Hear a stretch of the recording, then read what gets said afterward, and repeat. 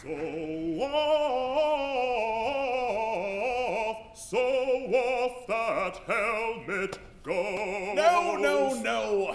Again, Mr. Temple, the helmet comes off when you sing. So off that helmet goes, not later.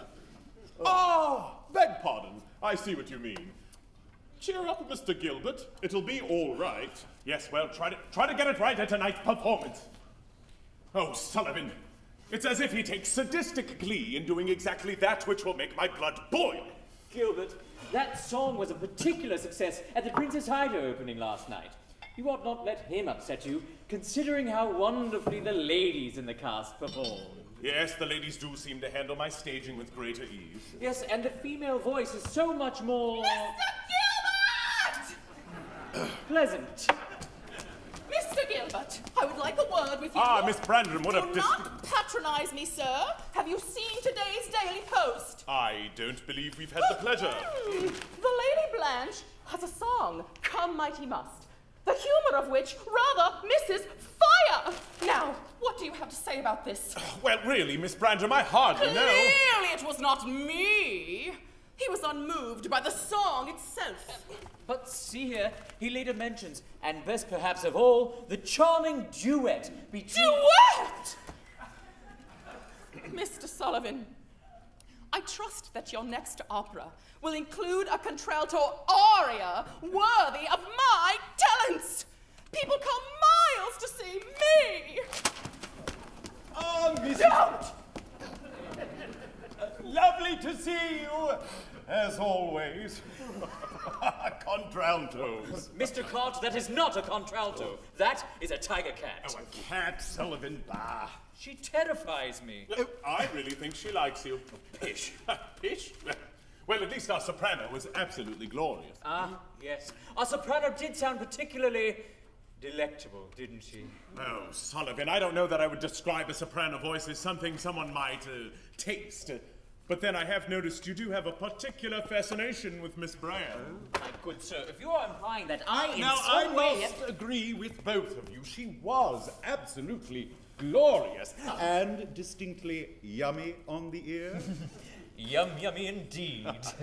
Mr. Cart, we have a delivery for you. Excellent. Bring it in. And I must tell you, she and that tenor made such a believable couple. Mr. Bracey, that ill-mannered, unwashed, nincomnanky... Oh, pooh. A ninkum-nanky poo. If you feel that way, why do we continue to employ him? He's still a very fine tenor. Now, gentlemen, as an opening night gift, I thought I might use my considerable influence to acquire for you a private preview. Of what?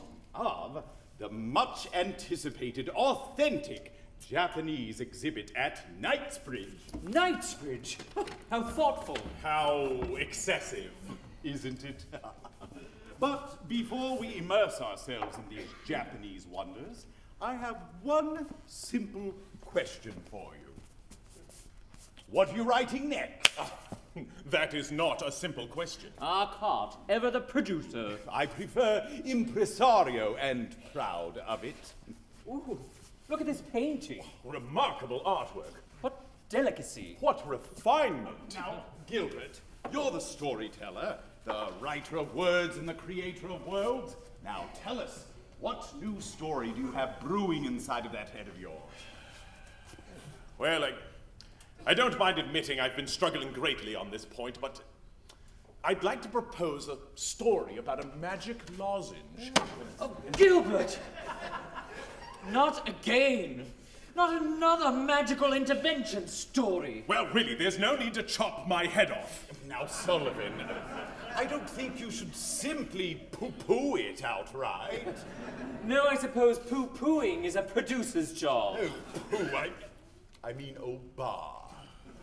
Oh, look at this vase and this jar, so ornate yet functional at the same time. Oh, and look at these fans, the colors, the designs. Can you imagine our ladies using fans like this? I hear in Japan men carry fans as well. Don't be ridiculous. No, truly, it's extremely warm there. You've been? Ooh, I wonder what this is used for. Haven't the foggiest. This, however, is a book filled with blank pages. Now, we don't have to guess what this is for, do we? Perhaps if it were filled with words and music. Now, wouldn't that be glorious? Are there no examples of Japanese clothing? I don't imagine it's all that different from our own clothing, just more flowers. Now, gentlemen, please, time is of the essence. Now, I must ask you to start work on a new production worthy of following Princess Ida, and I shall take care of everything else. Indeed. You. Me? It is a producer's job to wear many, many hats, is it not? Just think of me as your theatrical maid of all work. Please. Now, can't the two of you find a way to agree to work together? The financial stability of our company depends on it. Very well.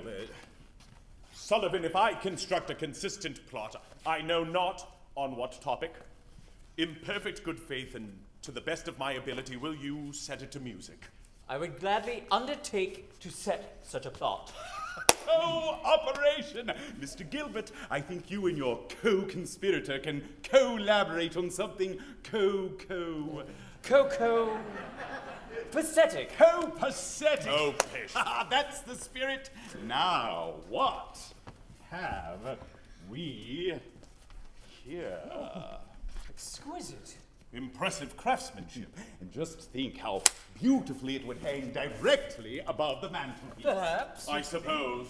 See? The two of you are agreeing on something already. It couldn't hurt just to see what it would look like. Mr. Gilbert, we have a complaint. Mr. Gilbert, this rooming arrangement will not Gilbert, work. no, it's a person. We sleep on the One at a time, if you please. Mr. Gilbert! Please say you're all right. Yes, our most sincere apologies. Not a bit, quite all right. Nothing like a sharp knock to the head to shake loose some stubborn inspiration. In fact, I've just had the most wonderful idea. Oh.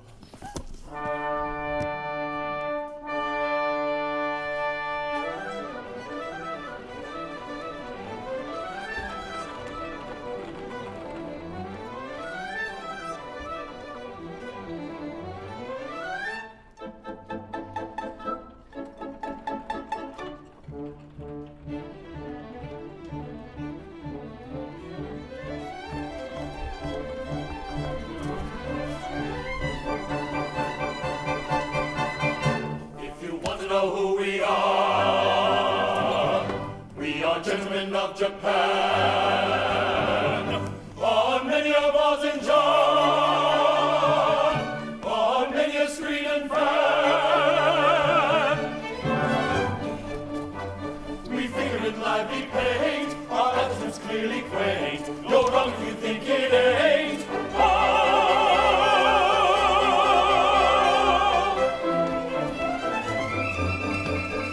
If you think we are worked by strings, is marionette. You don't understand these things. It is simply court etiquette.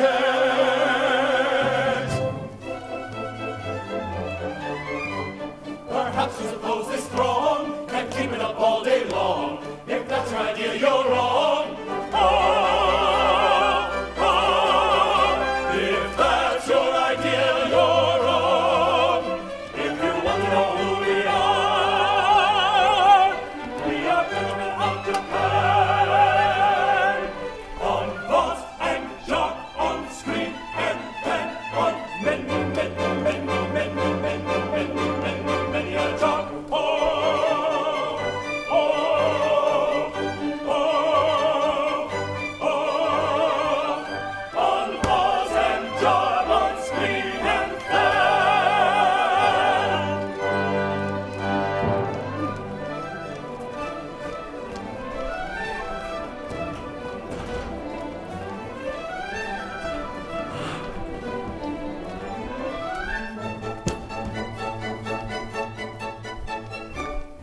Gentlemen, I pray you tell me where a gentle maiden dwelleth named Yum Yum.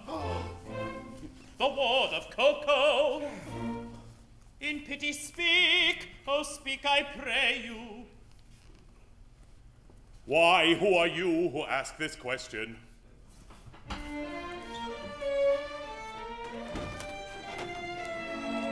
Come, gather round me, and I'll tell you.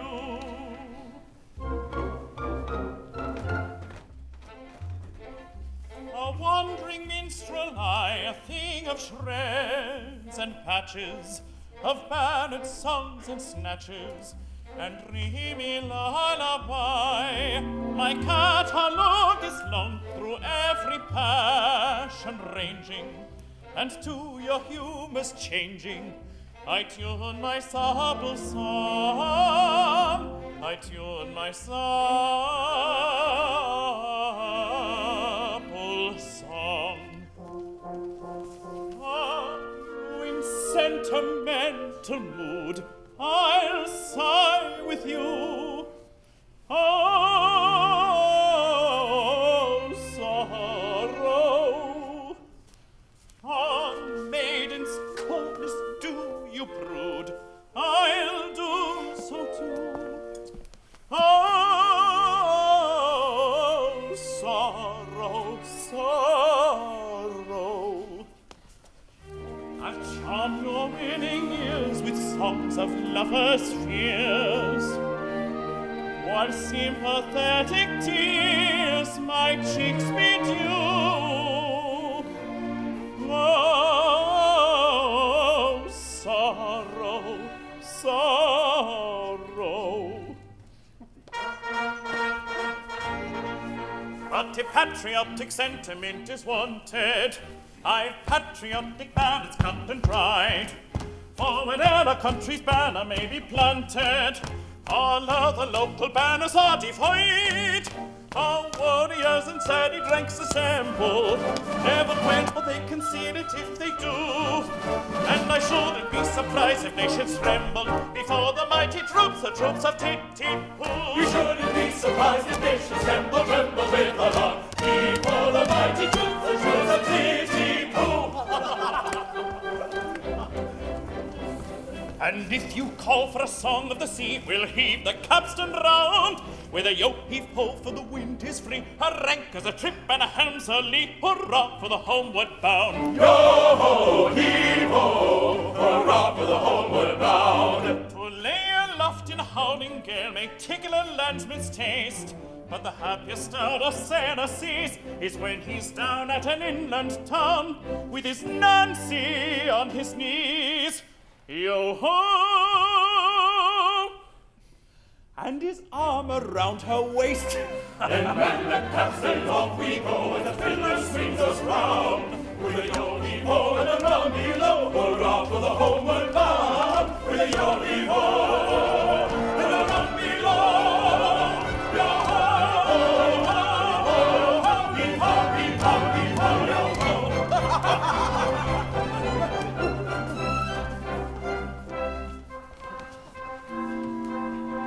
A wandering minstrel I, a thing of shreds and patches, of ballad songs and snatches, and dreamy lullaby,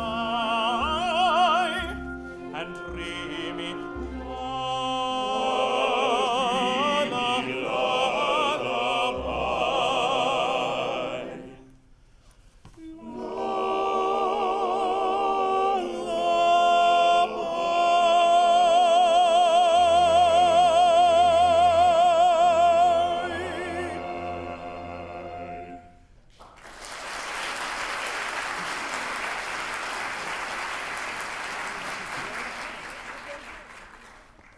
And what may be your business with Yum Yum? Oh, I'll tell you.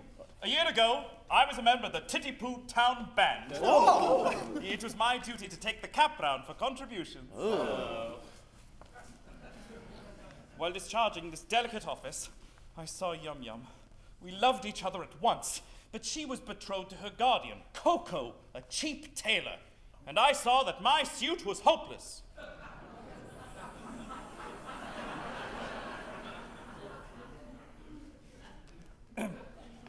overwhelmed with despair, I quitted the town. Judge of my delight when I heard a month ago that Coco had been condemned to death for flirting.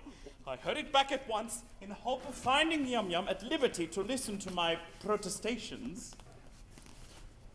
It is true that Coco was condemned to death for flirting.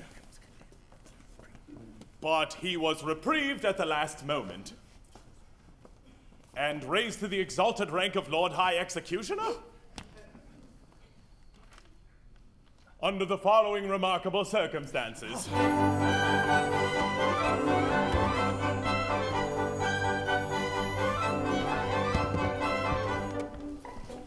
A great Mikado, virtuous man, when he to rule our land began, resolved to try a plan whereby young men might best be steadied. So he decreed in words succinct that all who flirted, leered, or winked, unless connubially linked, should forthwith be beheaded, should forthwith be beheaded.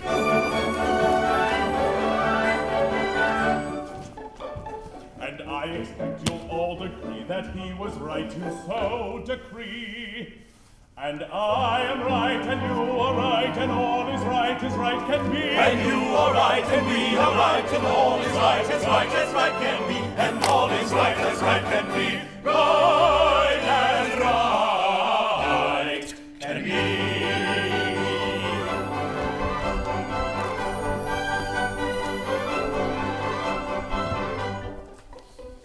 This stern decree you'll understand caused great dismay throughout the land, for young and old and shy and bold were equally affected.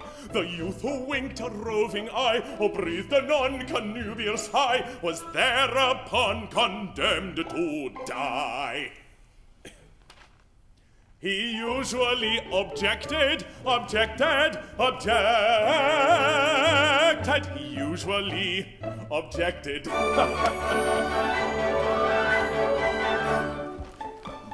And you'll allow, as I expect, that he was right to so object.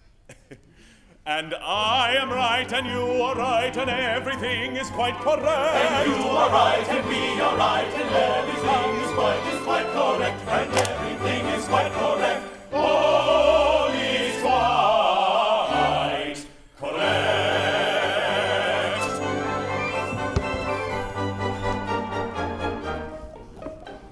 And so we straight let out on bail a convict from the county jail, whose head was next, on some pretext, condemned to be mown off, and made him headsman, for we said, who's next to be decapitated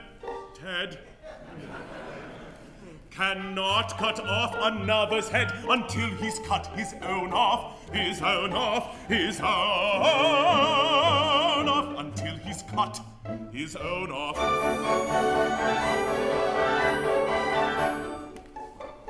And we are right, I think he'll say, to argue in this kind of way.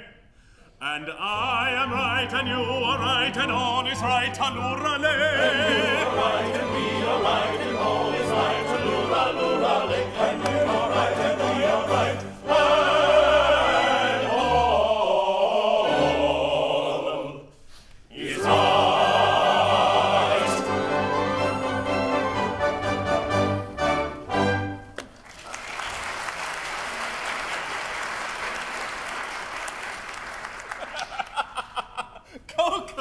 Coco the cheap tailor, Lord High Executioner of Titipu. Why, that's the highest rank a citizen can attain. It is. Our logical Mikado, seeing no moral difference between the dignified judge who condemns a criminal to die and the industrious mechanic who carries out the sentence, has rolled the two offices into one, and every judge is now his own executioner. But how good of you, for I see that you are a nobleman of the highest rank, to condescend to tell all this to me, a mere strolling minstrel. Don't mention it. I am, in point of fact, a particularly haughty and exclusive person of pre-Adamite ancestral descent. You will understand this when I tell you that I can trace my ancestry back to a protoplasmal primordial atomic globule. Consequently, my family pride is something inconceivable. I can't help it. I was born sneering. But I struggle hard to overcome this defect. I mortify my pride continually when all the great officers of state resigned in a body because they were too proud to serve under an ex-tailor. Did I not unhesitatingly accept all their posts at once? And the salaries attached to them? You did. It is, consequently, my degrading duty to serve this upstart as First Lord of the Treasury, Lord Chief Justice, Commander-in-Chief, Lord High Admiral, Master of the Buckhounds, Groom of the Backstairs, Archbishop of Titipu, and Lord Mayor, both acting and elect, all rolled into one, and at a salary, a pooh-bah paid for his services, I, a salaried minion. But I do it. It revolts me, but I do it. And it does you credit. Oh, well, I don't stop at that. I go and dine with middle-class people on reasonable terms.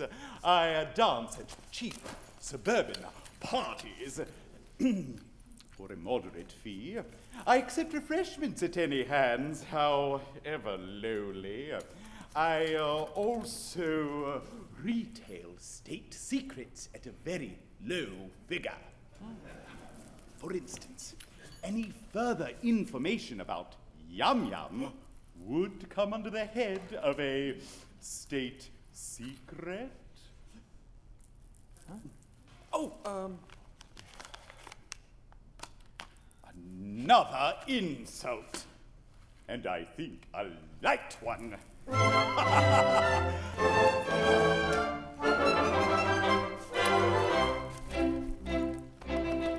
Young man, despair, likewise go to Yum Yum the fair. You must not do, it will not do. I'm sorry for you, you very imperfect ablutioner.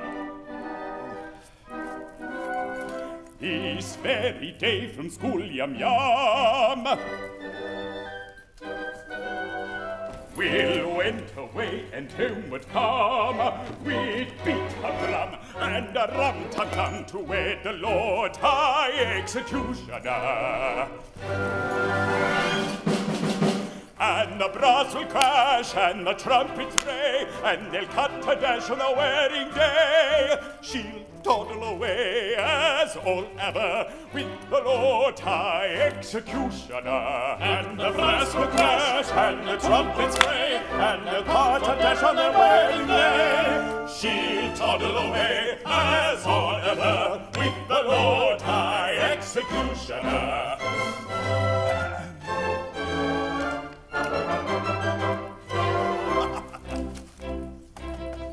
It's a hopeless case, as you may see, and in your place away I flee. But don't blame me, I'm sorry to be of your pleasure a diminutioner.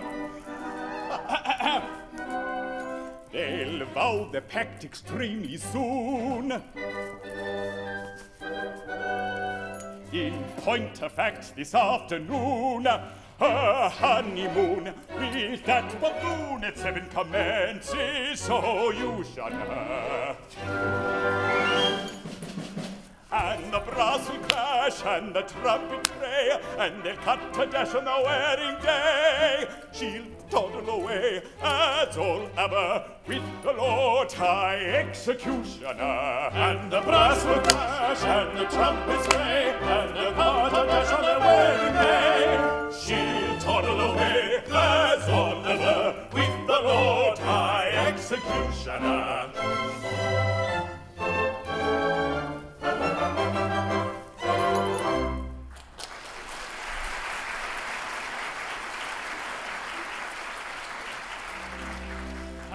Have I journeyed for a month, or nearly, to learn that Yum-Yum, whom I love so dearly, this day to Coco is to be united.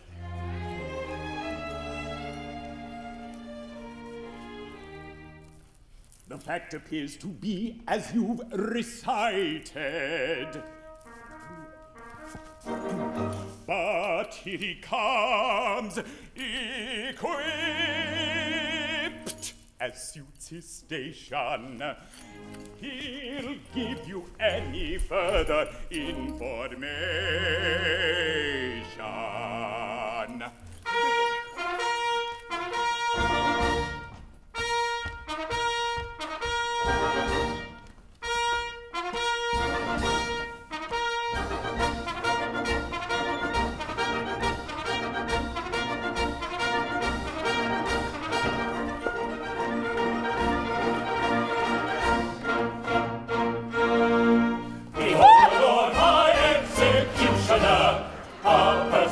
Of noble rank and title, a dignified and potent officer, whose functions are particularly vital. Defer to the Lord High Executioner. Defer to the noble Lord, to the noble Lord, to the Lord High Executioner. Taken from the county jail by a set of curious chances, liberated then on bail, on my own recognizances, wafted by a favoring gale, as one sometimes is in trances, to a height that few can scale, save by long and weary dances, surely never had on mail, under such like circumstances, so adventurous a tale, which may rank with most romances. Taken from the county jail, by a set of curious chances, surely never had so adventurous a tale. Defer to the Lord High Executioner. Defer to the noble Lord, to the noble Lord High Executioner. Bow down to the Lord High Executioner. Defer to the noble Lord, the High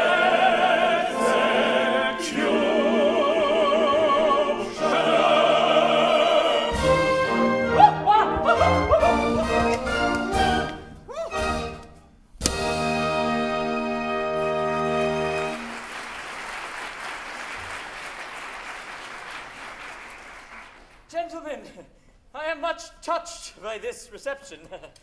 I can only trust that by strict attention to duty, I shall ensure a continuance of those favors which it shall ever be my study to deserve. If I should ever be called upon to act professionally, I am happy to think that there will be no difficulty in finding plenty of people whose loss will be a distinct gain to society at large.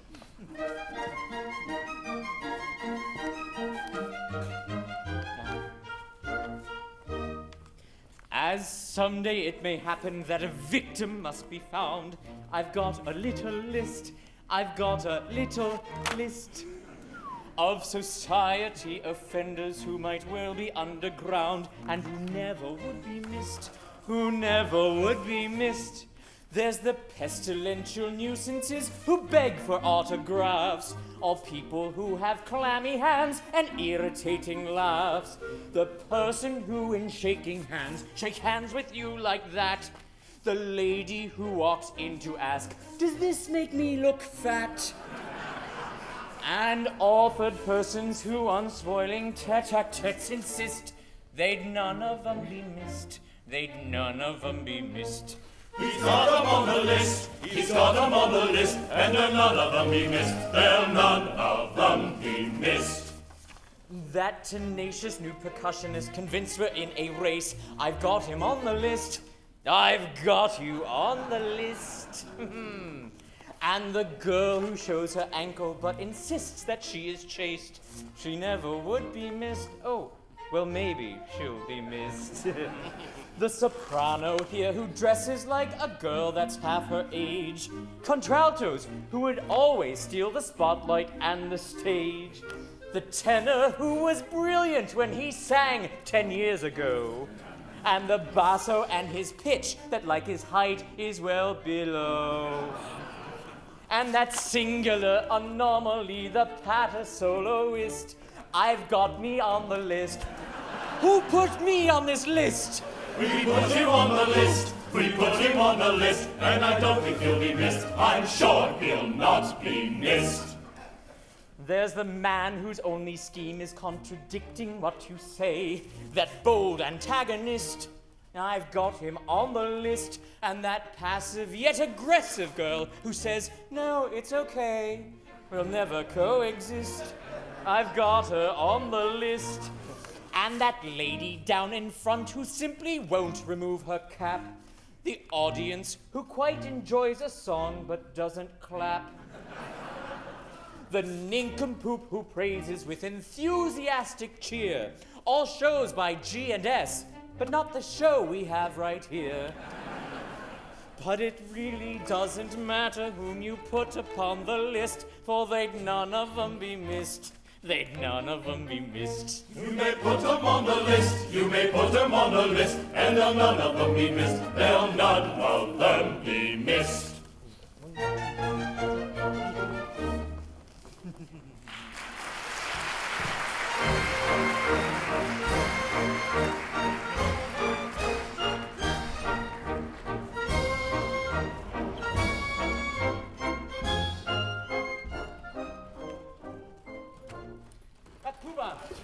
It seems the festivities in connection with my approaching marriage must last a week. Now, I should like to do it handsomely, and I want to consult you as to the amount I ought to spend on them. Certainly. In which of my capacities as First Lord of the Treasury, Lord Chamberlain, Attorney General, Chancellor of the Exchequer, Privy Purse, or Private Secretary? Suppose we say as private secretary. Speaking as your private secretary, I should say, as a city will have to pay for it. Don't stint yourself. Do it well. Exactly. As the city will have to pay for it, that is your advice. As a private secretary. Thank you. Of course, you will understand that as Chancellor of the Exchequer, I am bound to see that due economy is observed. But you said just now, Don't stint yourself, do it well. As private secretary. and now you say due economy must be observed. As Chancellor of the Exchequer. I see. We'll come over here where the Chancellor can't hear us. Now then, as my solicitor, how do you advise me to deal with this difficulty? Oh, as your solicitor, I should have no hesitation in saying, chance it. Thank you, I will. If it were not that as Lord Chief Justice, I am bound to see that the law isn't violated. I see. Well, come over here where the Chief Justice can't hear us. Now then, as a First Lord of the Treasury. Of course, as First Lord of the Treasury, I could propose a special vote that would cover all expenses, if It were not that as Leader of the opposition, it would be my duty to resist it tooth and nail. Or, as Paymaster General, I could so cook the accounts that as Lord High Auditor I should never discover the fraud. But then, as Archbishop of Titipu, it would be my duty to denounce my dishonesty and give myself over to my own custody as First Commissioner of Police. That's extremely awkward. Well, I don't say that all these distinguished people couldn't be squared, but it is right to tell you that they wouldn't be sufficiently degraded in their own estimation unless they are insulted with a very considerable bribe. Ah, the matter shall have my careful consideration. My bride and her sister's approach, and any little compliment on your part, such as an abject grovel, would be esteemed a favor. No money, no grovel. No.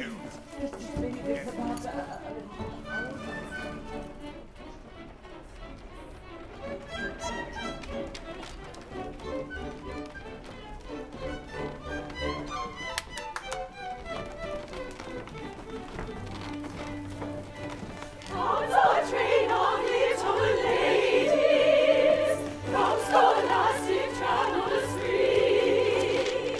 Each a little bit afraid is wondering what the world can be. Is it but a world of trouble, sadness set to song? Is its beauty but a bubble to break along?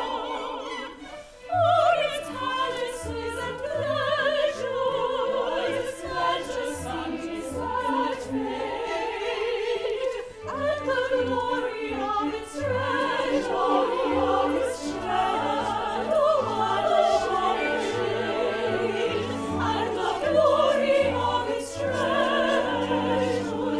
shadow of a shade, shadow of a shade.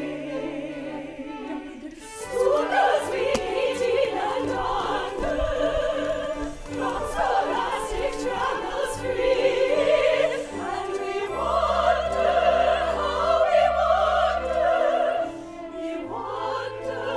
how we wonder, what on earth the world can be, what on earth the world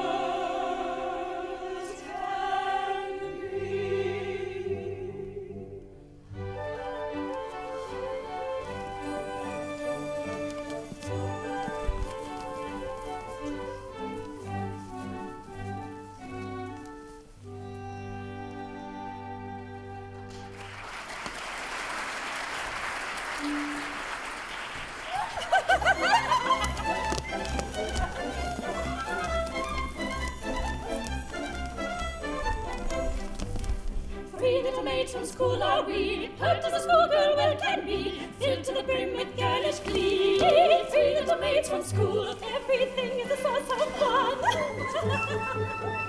Nobody's safe, for we care for none. Life is a joke that's just begun. Three little maids from school.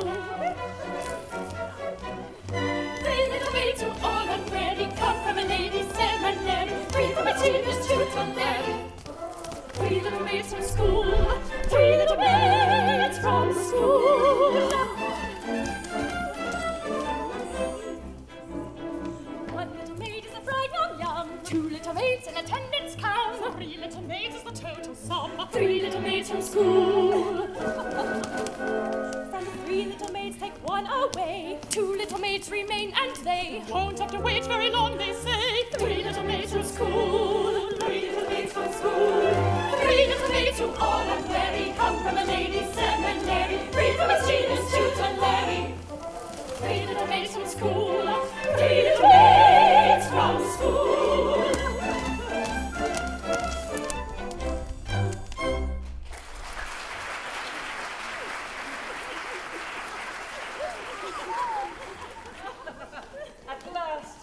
my bride that is to be. You're not going to kiss me before all these people. Well, that was the idea. It seems odd, don't it? It's rather peculiar. Oh, I expect it's all right. Must have a beginning, you know. Well, of course I know nothing about these things, but I've no objection if it's usual. Oh, it's quite usual, I think. Eh, Lord Chamberlain? I have known it done. Well, Thank goodness that's over. Oh, I was never you. Oh,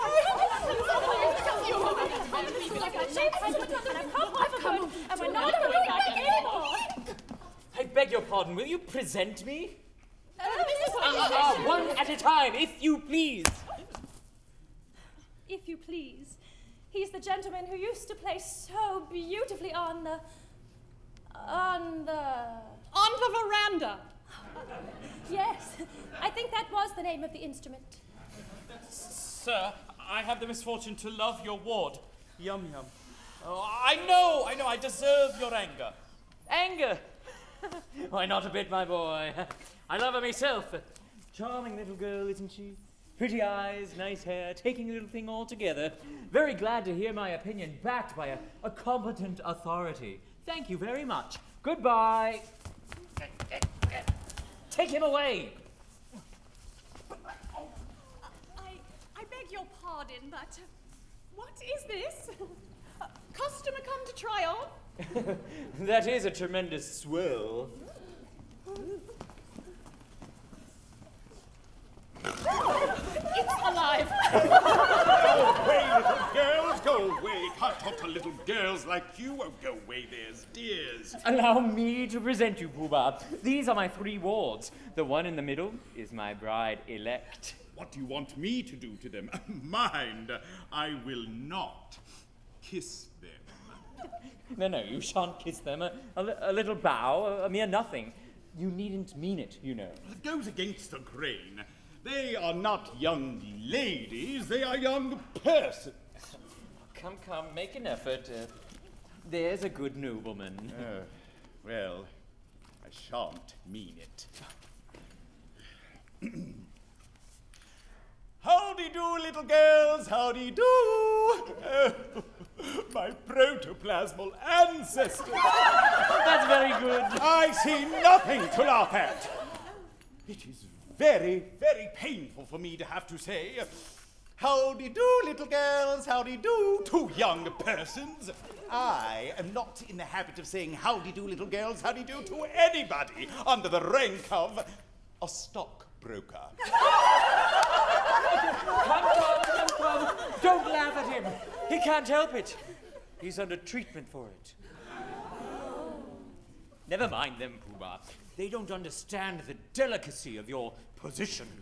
We understand how delicate it is, don't we?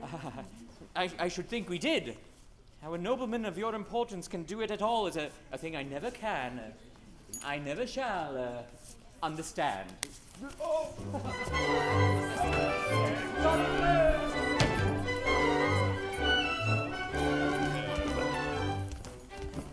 Some pieces very much regret if we have failed in etiquette. Towards a better rank so high we shall know better by and by. But youth, of course, must have its fling, so pardon us, And don't in girlhood's happy spring be hard on us if we're inclined to dance and sing tra-la-la-la-la-la. But youth, of course, must have its fling, so pardon us. And don't in girlhood's happy spring be hard on us. But youth, of course, must have its fling, so pardon us. Tra-la-la-la-la-la-la.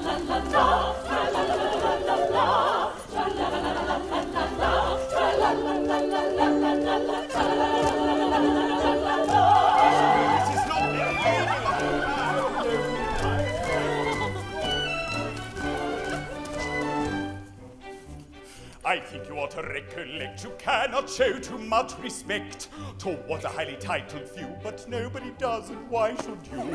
That you that does should have its sling is hard on us, to our prerogative weakling. So pardon us, if we decline to dance and sing. You, of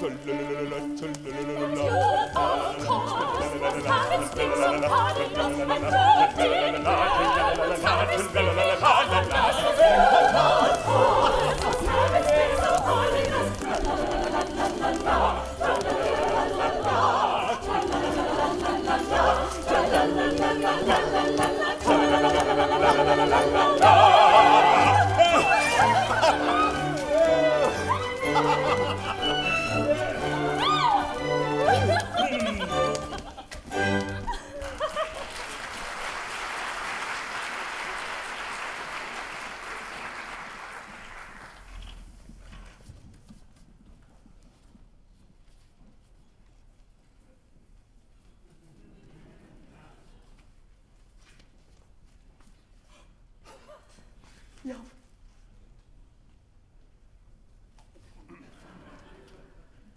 Yum Yum, at last we are alone.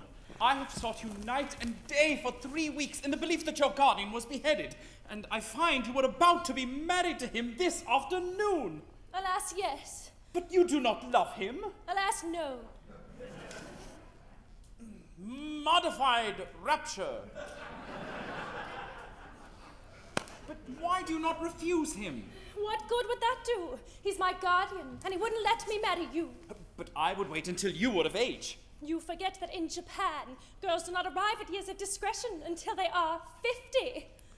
True. From 17 to 49 are considered years of indiscretion. Besides, a wandering minstrel who plays a wind instrument outside tea houses is hardly a fitting husband for the ward of a Lord High Executioner. But, shall I tell her? Yes, she will not betray me. What if it should prove that, after all, I am no musician? There, I was certain of it. Directly I heard you play. What if it should prove that I am no other than the son of His Majesty, the Mikado? The son of the Mikado? But why is your Highness disguised? Oh, and what has your Highness done? And will your Highness promise never to do it again? Some years ago, I had the misfortune to captivate Katasha, an elderly lady of my father's court.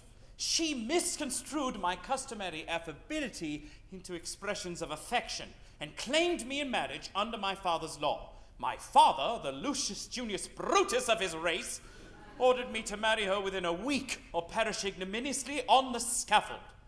That night, I fled his court, and assuming the disguise of a wandering minstrel, I joined the band in which you found me when I had the happiness of seeing you. If you please, I think your Highness had better not come too near. The laws against flirting are excessively severe. But we are quite alone, and nobody can see us. Still, that don't make it right. To flirt is capital. It is capital. And we must obey the law. Deuce take the law. I wish it would, but it won't. If it were not for that, how happy we might be. Happy indeed. If it were not for the law, we should now be sitting side by side like that. Instead of being obliged to sit half a mile off, like that. We should now be gazing into each other's eyes like that. Breathing sighs of unutterable love, like that. With our arms round each other's waists. Like that. Yes, if it wasn't for the law. If it wasn't for the law. As it is, of course, we couldn't do anything of the kind. Not for worlds. Being engaged to Coco, you know. being engaged to Coco.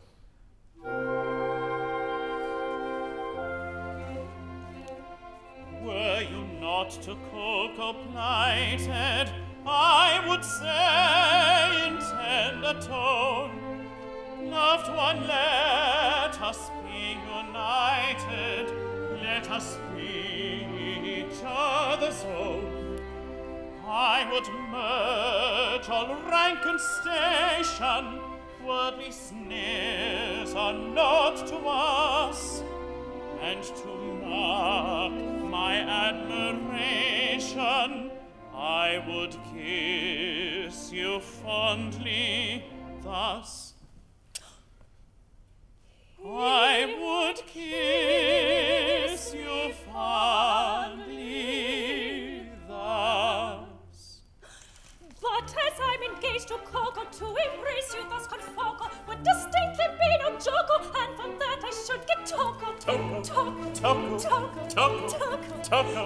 Toco. So in spite of all temptation, such a theme I not discuss, and on no consideration will I kiss you fondly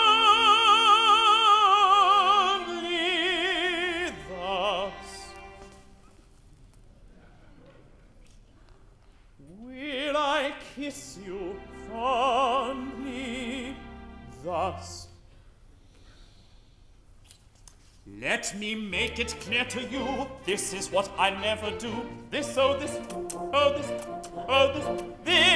what I never do. This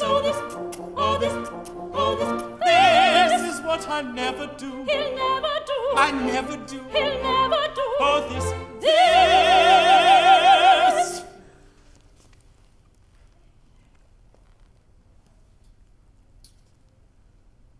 is what I never do.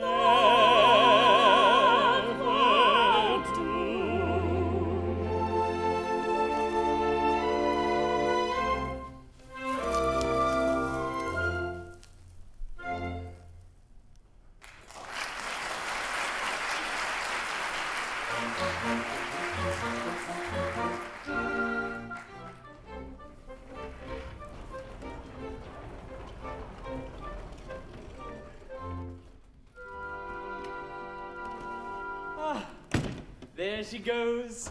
To think how entirely my future happiness is wrapped up in that little parcel. Really, it hardly seems worthwhile. Oh, matrimony, once again. Now then, what is it? Can't you see I'm soliloquizing? You have interrupted an apostrophe, sir. I am the bearer of a letter from His Majesty, the Mikado. A letter from the Mikado?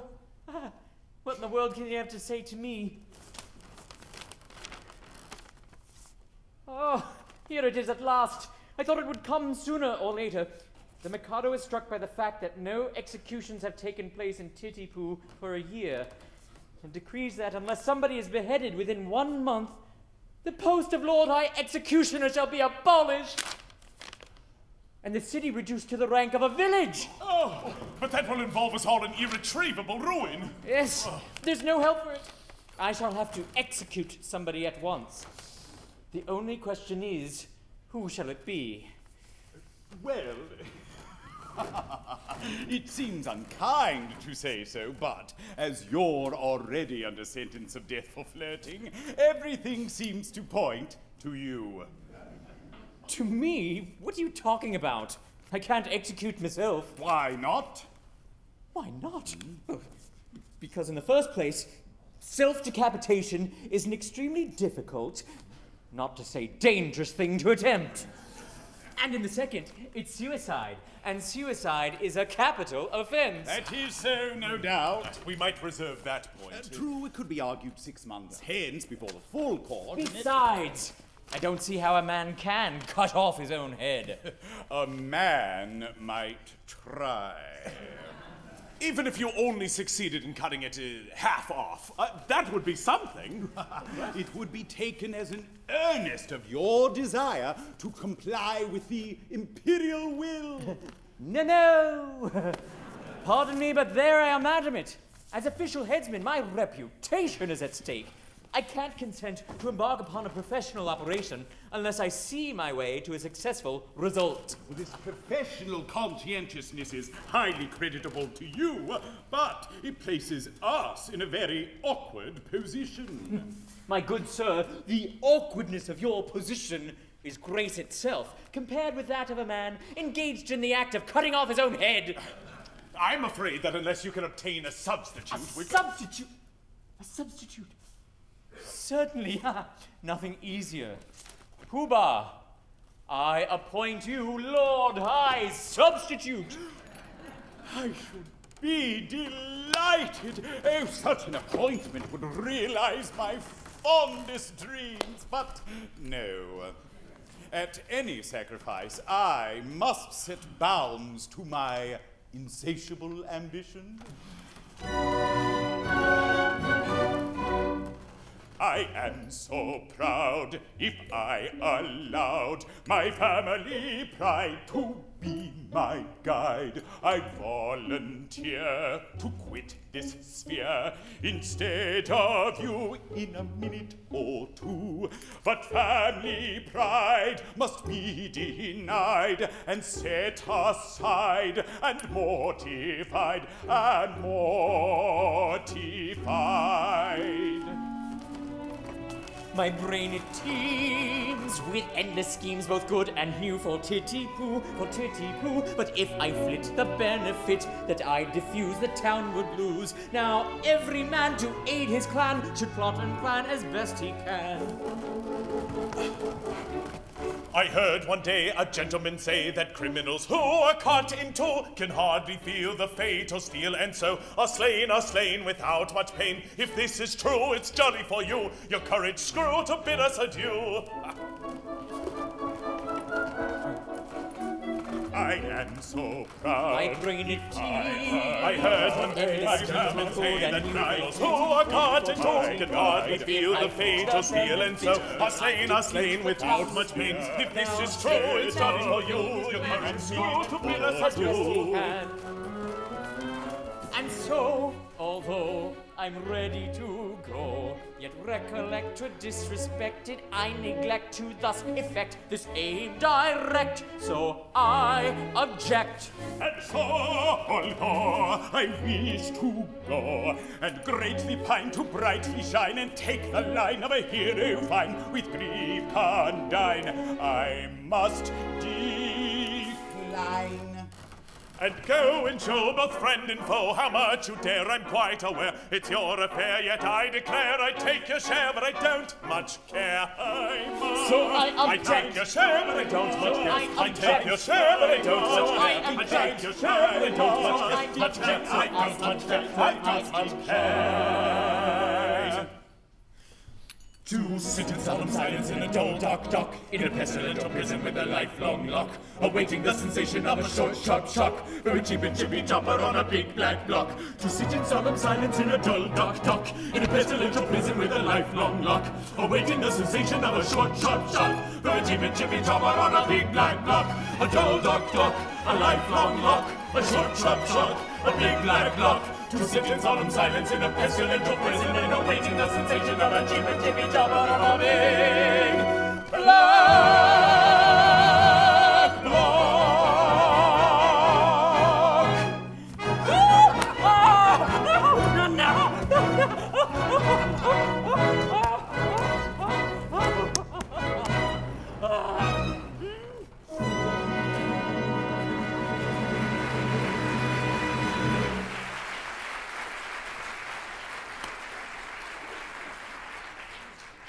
This is simply appalling. I, who allowed myself to be respited at the last moment, simply in order to benefit my native town, am now required to die within a month, and that by a man whom I have loaded with honors. Is this public gratitude? Is this... Go away, sir!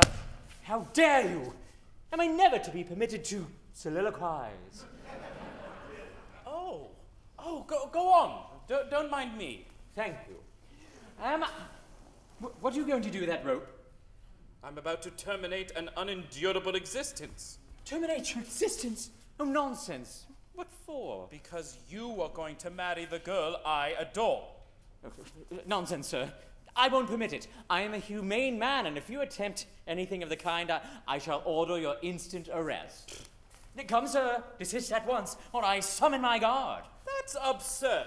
If you attempt to raise an alarm, I instantly perform the happy dispatch with this dagger. Don't do that. Why, you cold-blooded scoundrel. Are you aware that in taking your life, you're committing a crime which is substitute? What's the matter? Is it absolutely certain you are resolved to die? Absolutely. Nothing shake your determination? Nothing. Threats, entreaties, prayers, all useless. All. My mind is made up.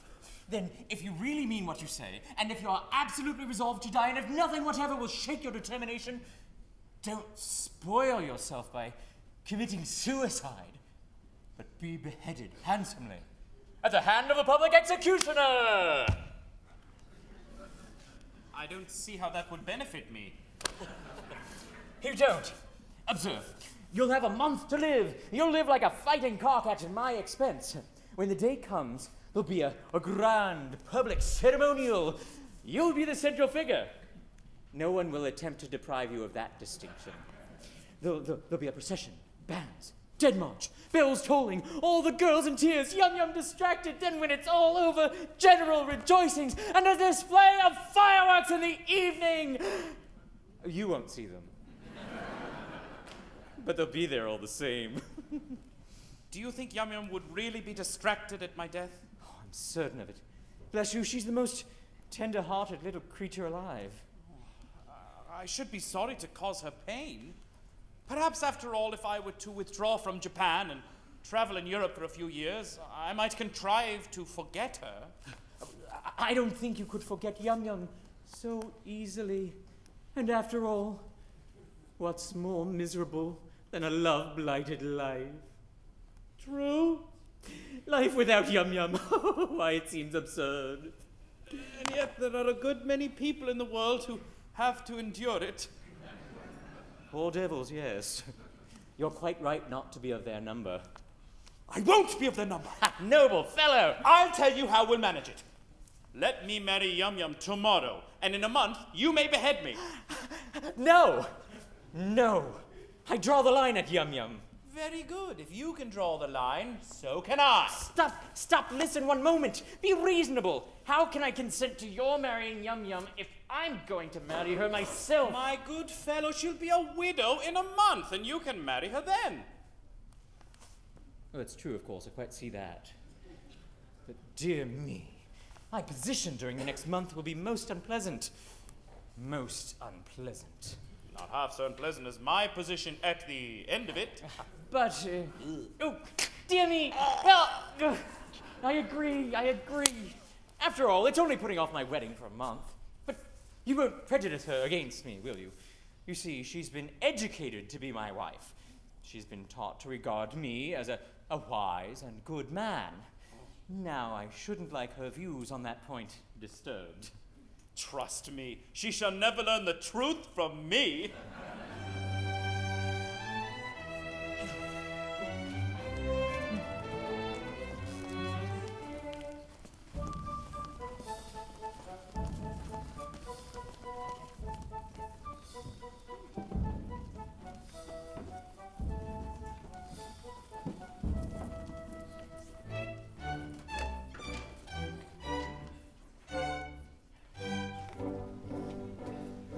We prospects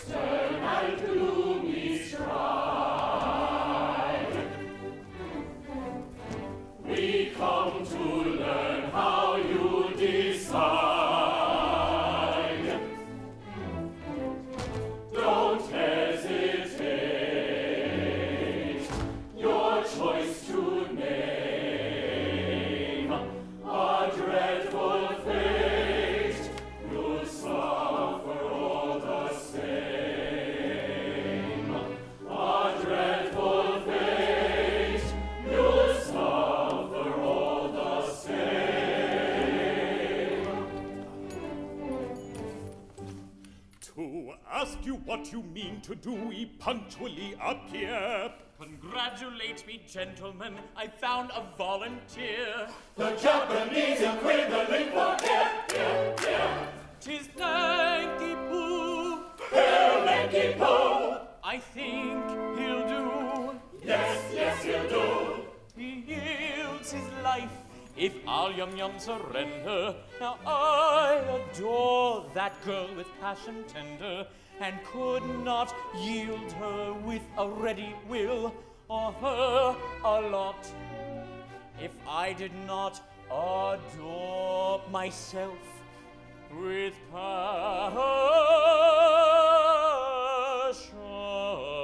tender still, with passion tender still. Ah, yes, he loves himself with passion tender still.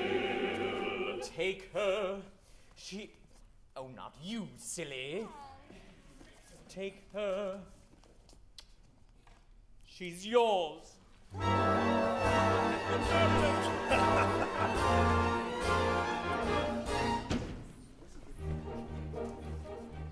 The threatened cloud has passed away. And brighter shines the dawning day. What though the night may come too soon? Is yet a month of afternoon. Then let the throng of joy advance with laughing song and merry dance. Let the throng of joy advance with laughing song and merry dance. With laughing song and merry dance.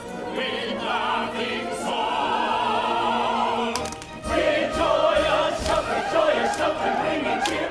Inaugurate the brief parade. With joyous shout and ringing cheer. Inaugurate the brief parade. With joyous shout and ringing cheer. A day, a week, a month, a year. Life's eventide comes much too soon. Leave at least a honeymoon. And let the throng of joy advance with laughing song and merry dance. Let the throng of joy advance with laughing song and merry dance. With laughing song and merry dance. With laughing song. With joyous shout and ringing cheer. Inaugurate the brief parade. With joyous shout and ringing cheer. Inaugurate the brief parade. With joyous shout and ringing cheer. Inaugurate the brief parade. Laughing song, merry dance. With laughing song and merry dance. As in a month you've got to die, if Coco tells us true, 'twere empty compliment to cry, long life to Nanki-Poo. But as 1 month you have to live as fellow citizen, this toast with 3 times 3 will give long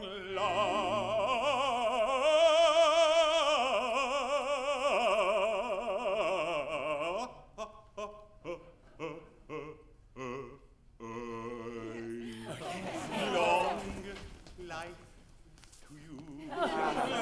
Long life to you. Yes. Long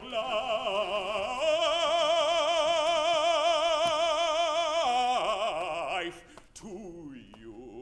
Till then. May all good fortune prosper you. May you have health, may you have wealth and riches. May all good fortunes prosper you. May all good riches to may you succeed in all pursuits.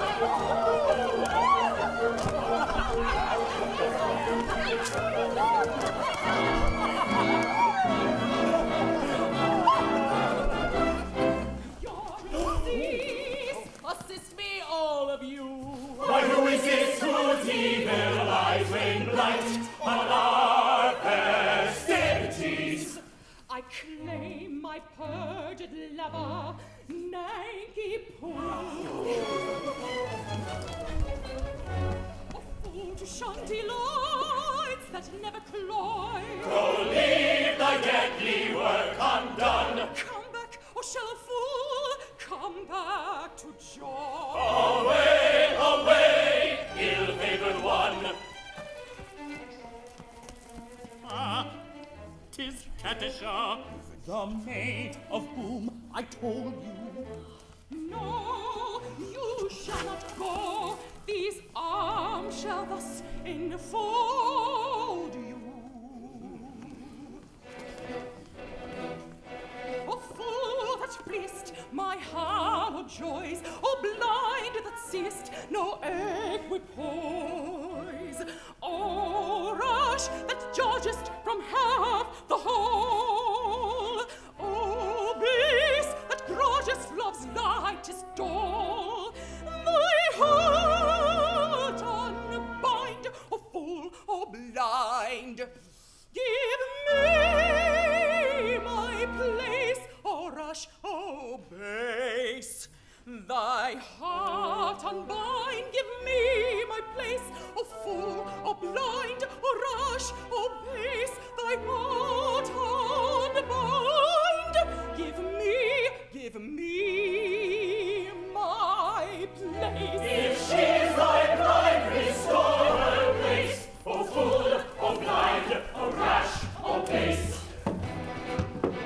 Pink cheek that rulest where wisdom serves, bright eye that fullest heroic nerves, rose lip that scornest law-laden ears, smooth tongue that warnest who rightly hears.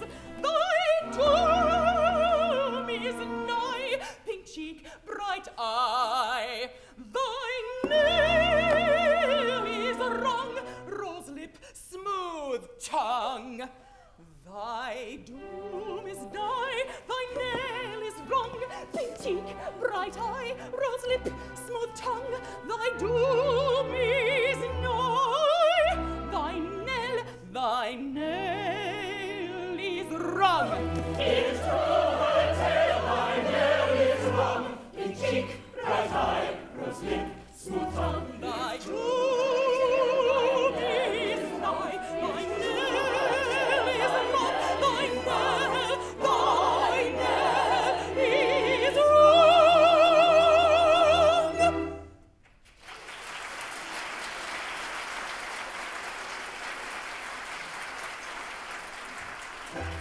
Away, no prosecute your quest from our intention well expressed. You cannot turn us. The state of your connubial views towards the person you accuse does not concern us. For he's going to marry Yum Yum. Your anger pray bury, for all will be merry. I think you had better succumb and join our expressions of me. On this subject I pray you be dumb. You'll find there are many who went for a penny the wood, for your guidance is a mum. There's lots of good fish in the sea. On this subject we pray you be dumb. We think you had better succumb. You'll find there are many who went for a penny, There are lots of good fish in the sea. There are lots of good fish in the sea. There's lots of good fish in the sea. There's lots of good fish in the sea, in the sea, in the sea, in the sea, in the sea.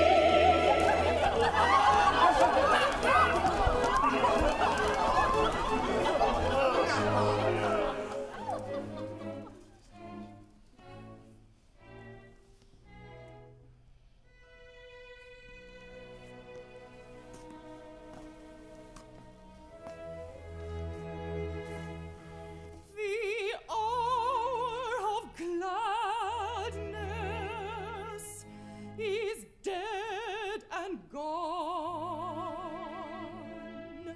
In silent sadness I live alone.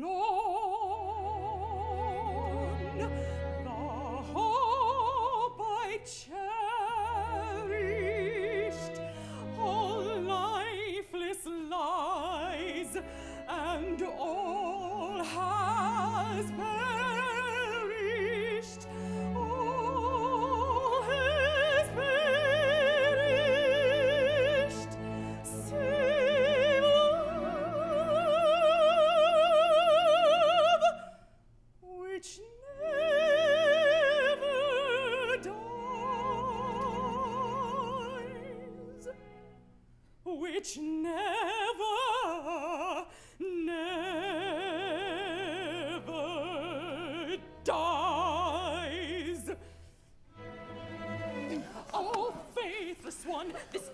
insult you shall rue. In vain for mercy, on your knees you'll sue. I'll tear the mask from your disguising. Now comes the blow. Prepare yourselves for new surprising. How foil my foe? No minstrel he, despite bravado. I know he is the son of your. In vain you interrupt with this tornado. He's the only son of your.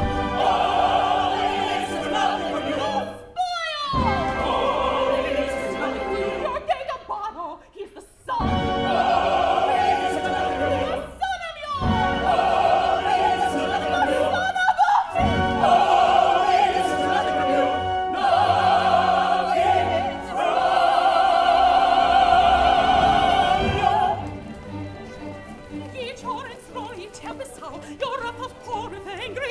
Do ye all wust my vengeance goes arise, triumphant over all? We'll hear no more, we moment out to joy we soar, despite your scalp, the echoes of our festival shall rise, triumphant over all. Prepare for war, ye hearty lords, at once I go, Mikado wood. Away you go, collect your horse, proclaim your war, in dismal chorus. We do not heed their dismal song. For joy rings everywhere around. We do not heed their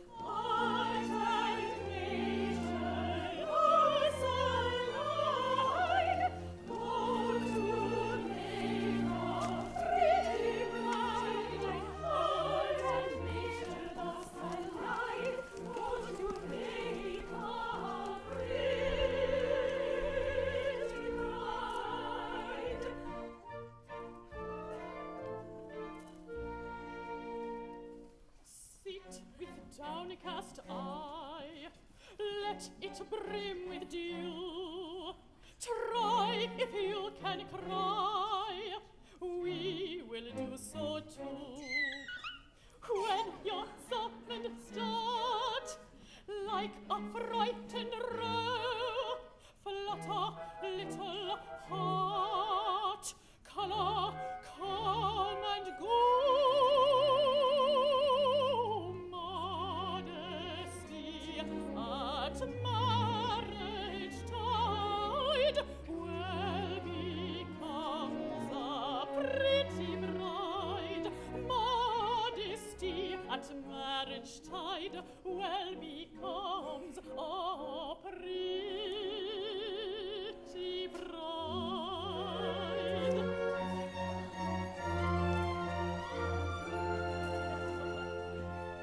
Raven, hair, weave a summer dress, deck the maiden fair in her loveliness. Gaze a pretty face by the coral lip, emphasize the grace of the ladyship. Art and nature goes alive, go to make a pretty bride. Art and nature goes alive, go to make a pretty bride.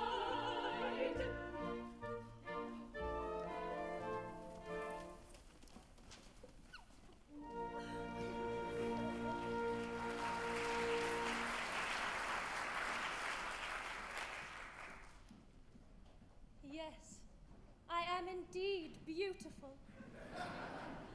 Sometimes I sit and wonder why it is that I am so much more attractive than anybody else in the whole world. Can this be vanity? No. Nature is lovely and rejoices in her loveliness. I'm a child of nature and take after my mother.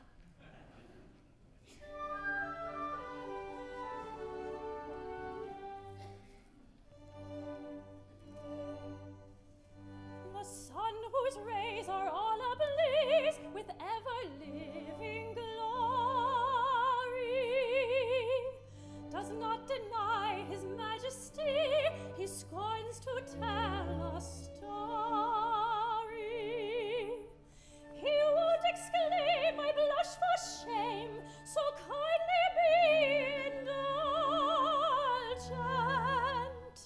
But fierce and bold in fiery gold, he glories all effulgent.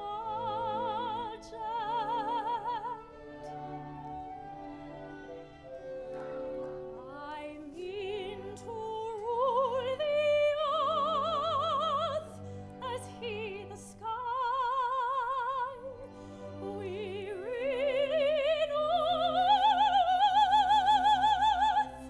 the sun and I. We mean to rule the earth as he the sky.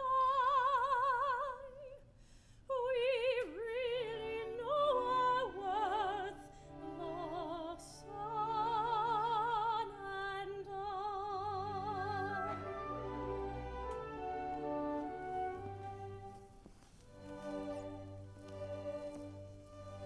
Observe his flame, that placid din, the moon celestial highness. There's not a trace upon her face of diffidence or shyness. She borrows light that through the night mankind may all acclaim her.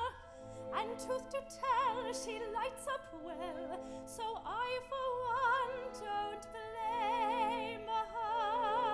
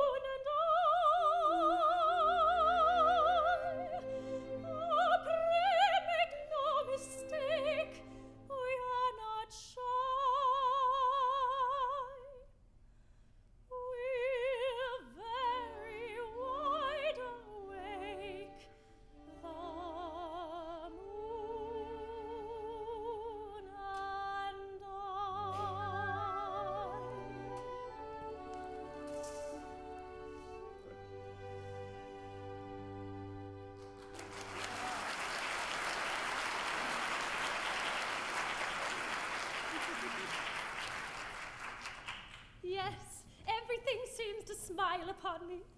I'm to be married today to the man I love best, and I believe I'm the very happiest girl in Japan. The happiest girl indeed, for she is indeed to be envied who has attained happiness in all but perfection. In all but perfection? Well, dear, it can't be denied that the fact that your husband is to be beheaded in a month is in its way a drawback.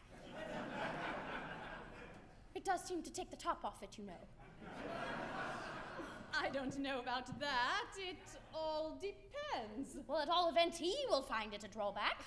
Not necessarily. Bless you. It all depends.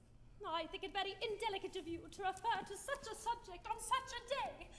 If my married happiness is to be cut short. Well, cut short in a month. Can't you let me forget it? Yum Yum in tears, and on her wedding morn. They've been reminding me that in a month you ought to be beheaded. Yes, we've been reminding her that you ought to be beheaded. It's quite true, you know, you ought to be beheaded.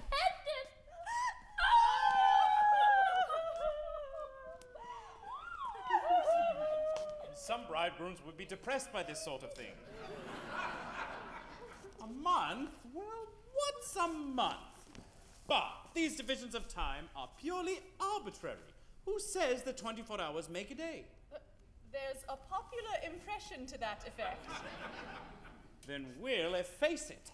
We'll call each second a minute, each minute an hour, each hour a day, and each day a year. At that rate, we've about 30 years of married happiness before us. And at that rate, this interview has already lasted 4 hours and 3/4.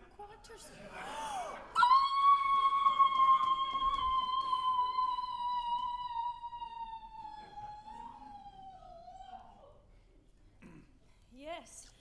How time flies when one is thoroughly enjoying oneself.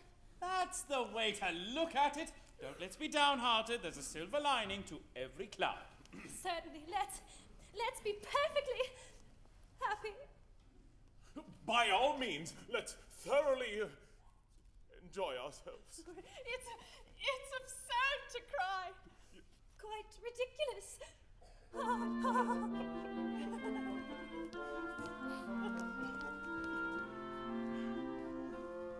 Brightly dawns our wedding day. Joyous are we, give thee greeting. Whither art thou fleeting? Fickle moment, prithee stay. Fickle moment, prithee stay. What the mortal joys be hollow, Pleasures come if sorrows follow. though the toxic sound mellow.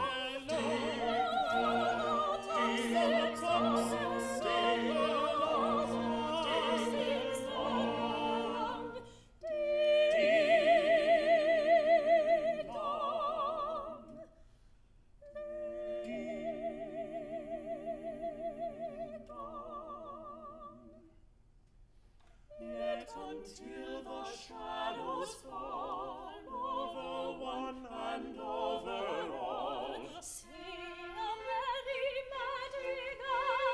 sing a merry madrigal, sing a merry madrigal.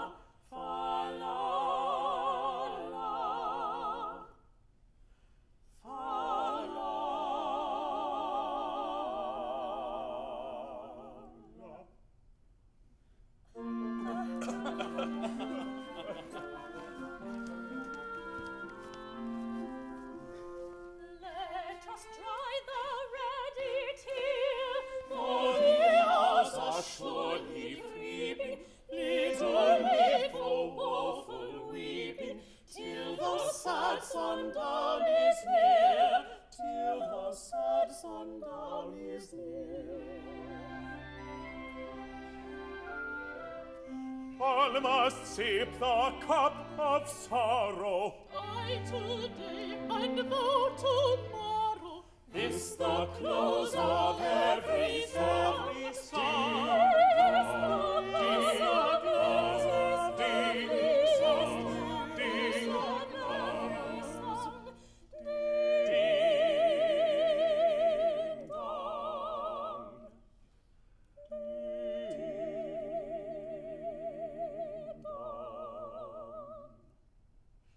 What though solemn shadows fall, sooner, later, over all.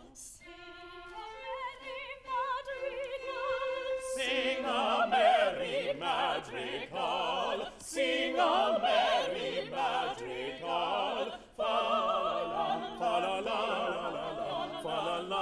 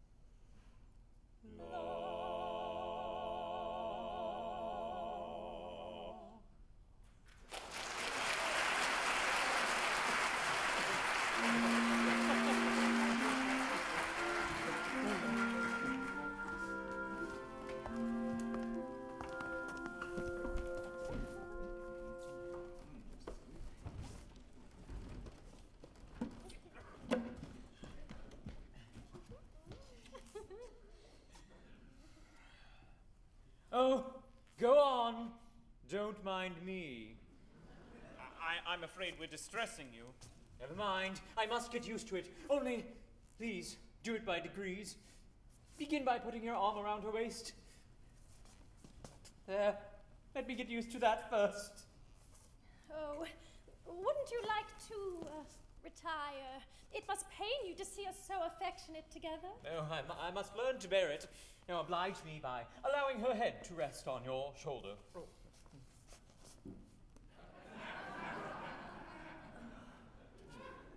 Like that? I am much obliged to you. Now, kiss her. Oh.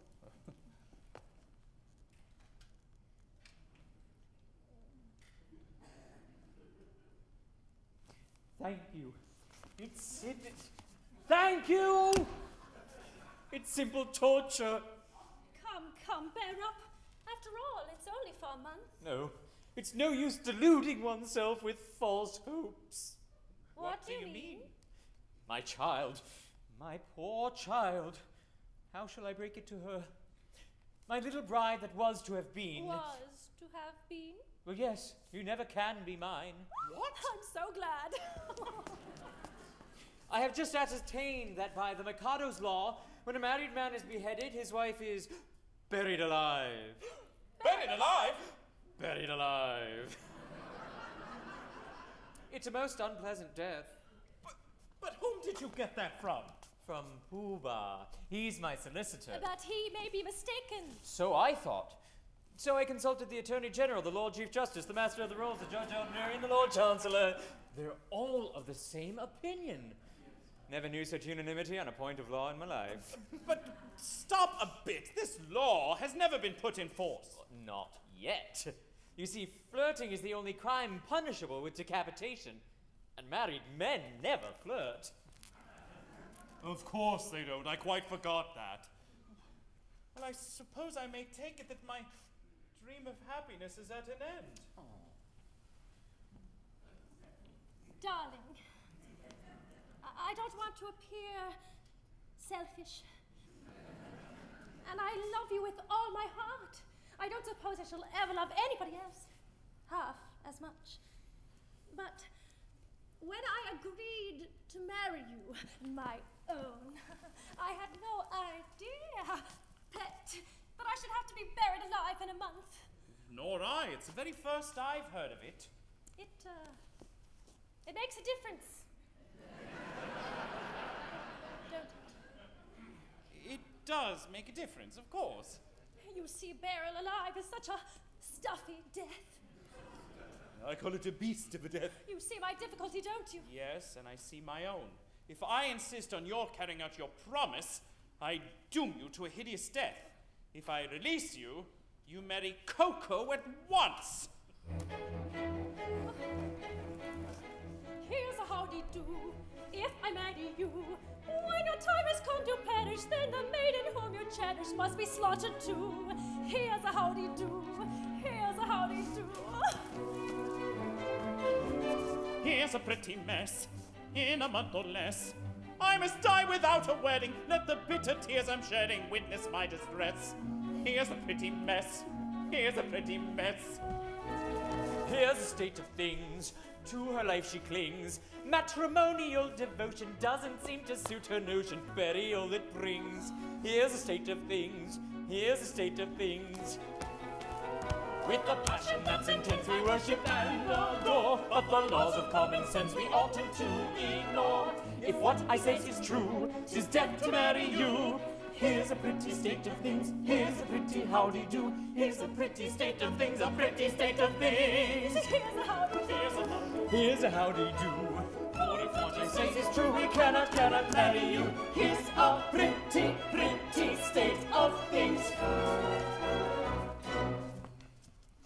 Here's a pretty howdy-do.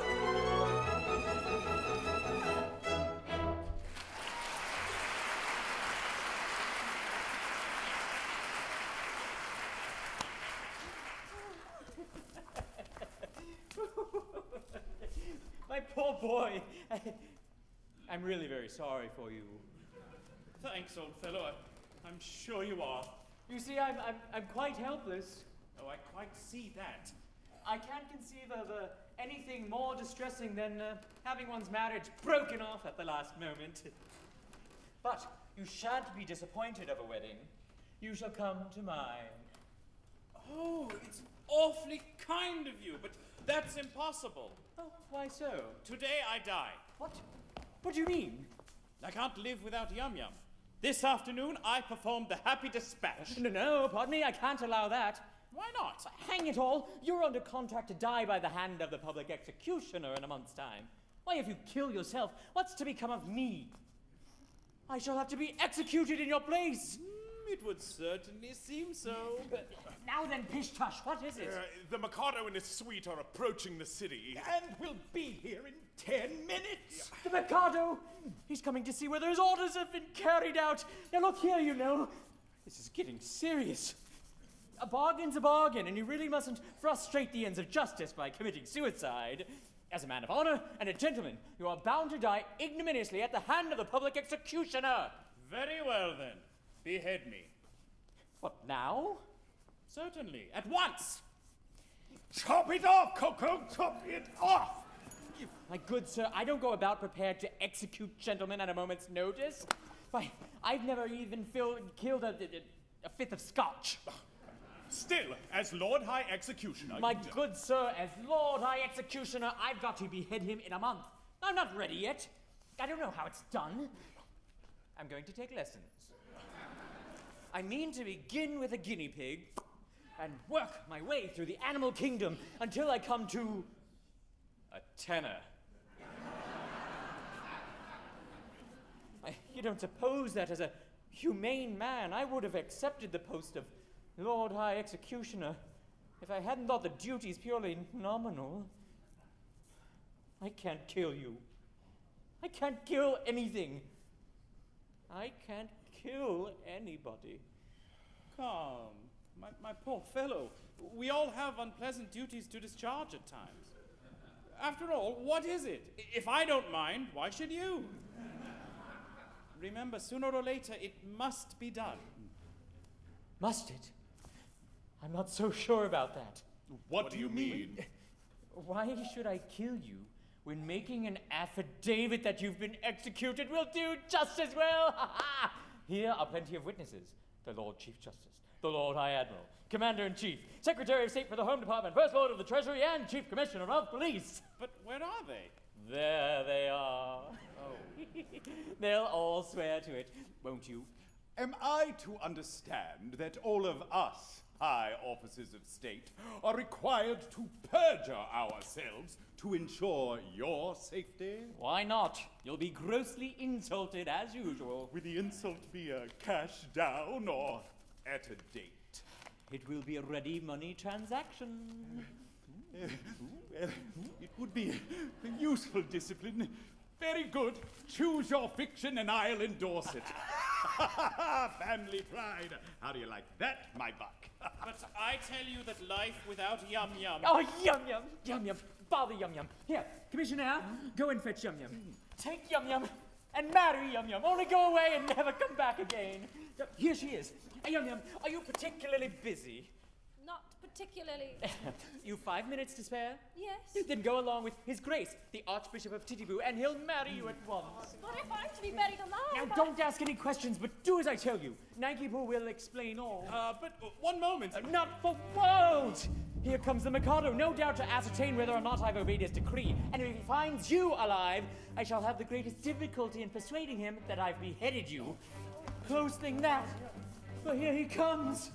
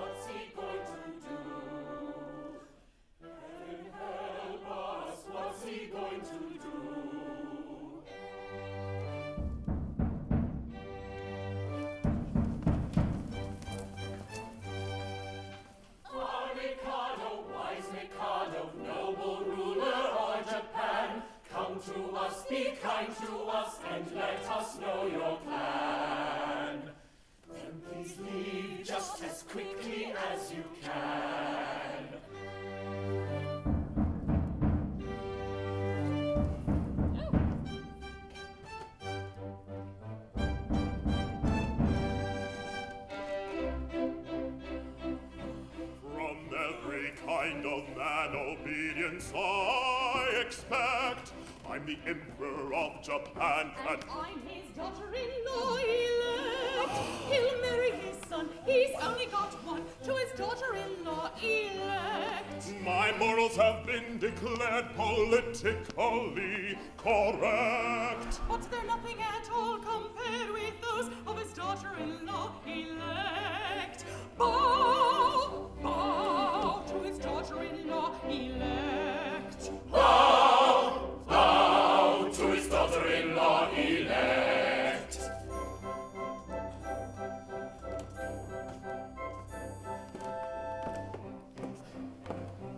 In a fatherly kind of way, I govern each tribe and sect. All cheerfully own my sway. Except his daughter-in-law elect. As tough as a bone with a will of her own is his daughter-in-law elect. My nature is love and light, my freedom from all defense is insignificant quite compared with his daughter-in-law elect. Bow, bow to his daughter-in-law elect. Bow, bow to his daughter-in-law elect.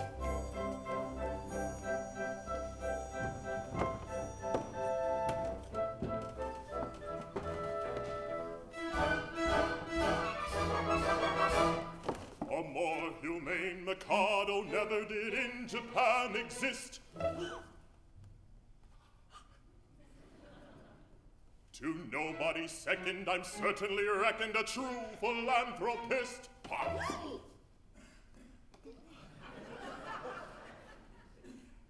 It is my very humane endeavor to make, to some extent, each evil liver a running river of harmless merriment. My object all sublime I shall achieve in time, to let the punishment fit the crime, the punishment fit the crime, and make each prisoner pent, unwillingly represent a source of innocent merriment, of innocent merriment. All prosy, dull society sinners who chatter and bleat and bore are sent to hear sermons from mystical Germans who preach from 10 till 4. The amateur tenor whose vocal villainies all desire to shirk shall during off hours exhibit his powers to Madame Tussauds waxwork. The lady who dyes a chemical yellow, or stains her gray hair puce, or pinches her figure, is injected with vigor, with collagenized Botox juice. The idiot who in railway carriages scribbles on window panes, we force the brute to only commute on 2nd Avenue trains.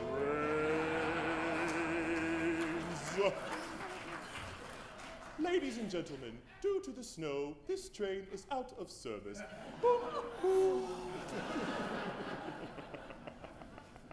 My object all sublime I shall achieve in time, to let the punishment fit the crime, the punishment fit the crime, and make each prisoner pant, unwillingly represent a source of innocent merriment, of innocent merriment. His object all sublime he will achieve in time, to let the punishment fit the crime, the punishment fit the crime, and make each prisoner pant, unwillingly represent a source of innocent merriment, of innocent merriment. The advertising quack who wearies with tales of countless cures. His teeth I've enacted shall all be extracted by terrified amateurs. The faded pop princess attends a series of masses and fugues and ops, by Bach interwoven with Brahms and Beethoven at classical Monday pops. The billiard shop, whom anyone catches, his doom's extremely hard. He's made to dwell in a dungeon cell, on a spot that's always barred. And there he plays extravagant matches in fitless finger stalls, on a cloth untrue, with a twisted cue, and elliptical billiard balls. Balls?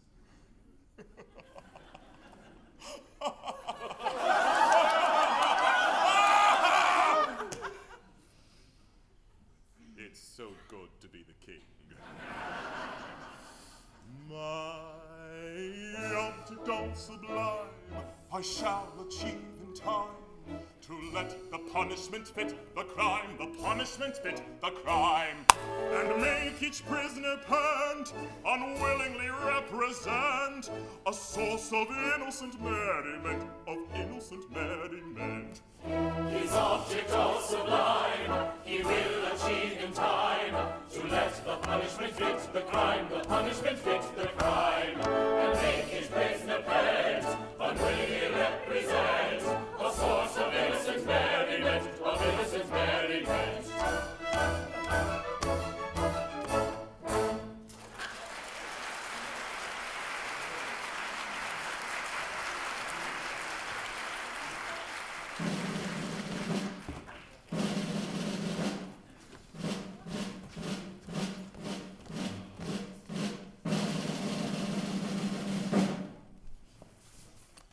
honored in being permitted to welcome your majesty. I guess the object of your majesty's visit, your wishes have been attended to. The execution has taken place. Oh, you've had an execution, have you? Yes, the coroner has just...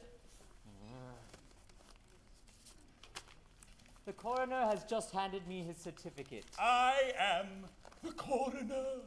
And this is the certificate of his death. At Titipu, in the presence of the Lord Chancellor, Lord Chief Justice, Attorney General, Secretary of State for the Home Department, Lord Mayor, and Groom of the House of Givenchy. They were all present, Your Majesty. I counted them myself. Very good house. I wish I'd been in time for the performance. Oh, a tough fellow he was, too. A man of gigantic strength. His struggles were terrific. It was really a remarkable scene. Describe it.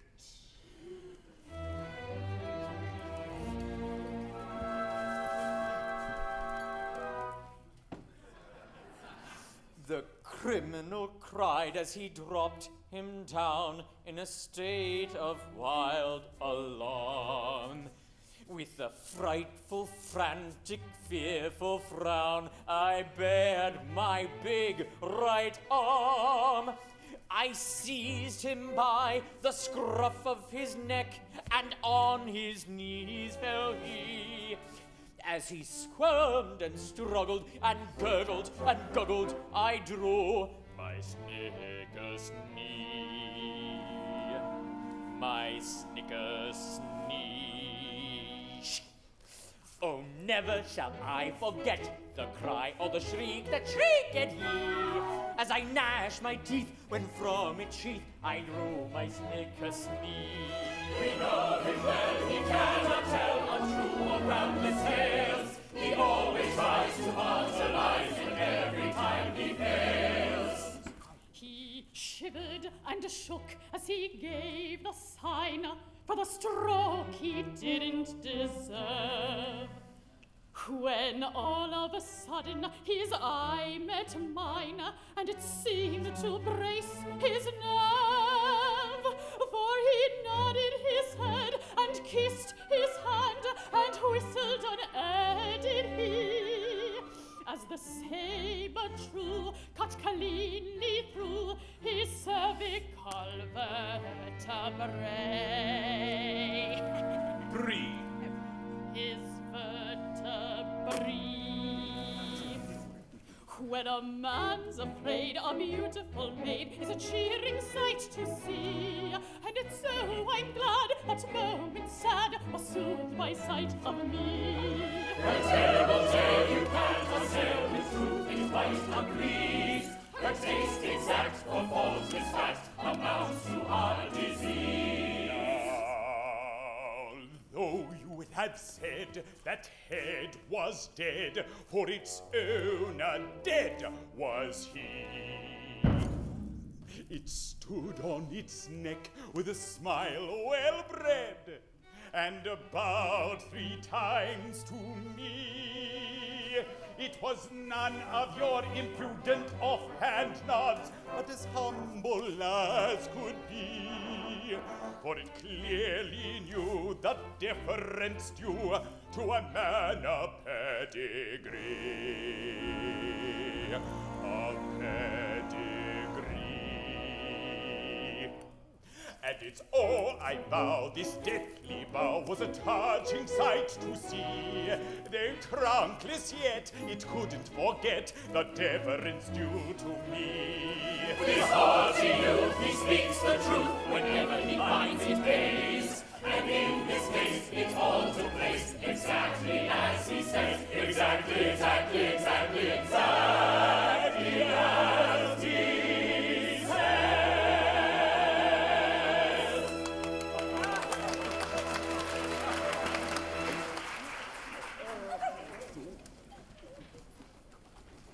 This is all very interesting, and I should like to have seen it. But we came about a totally different matter.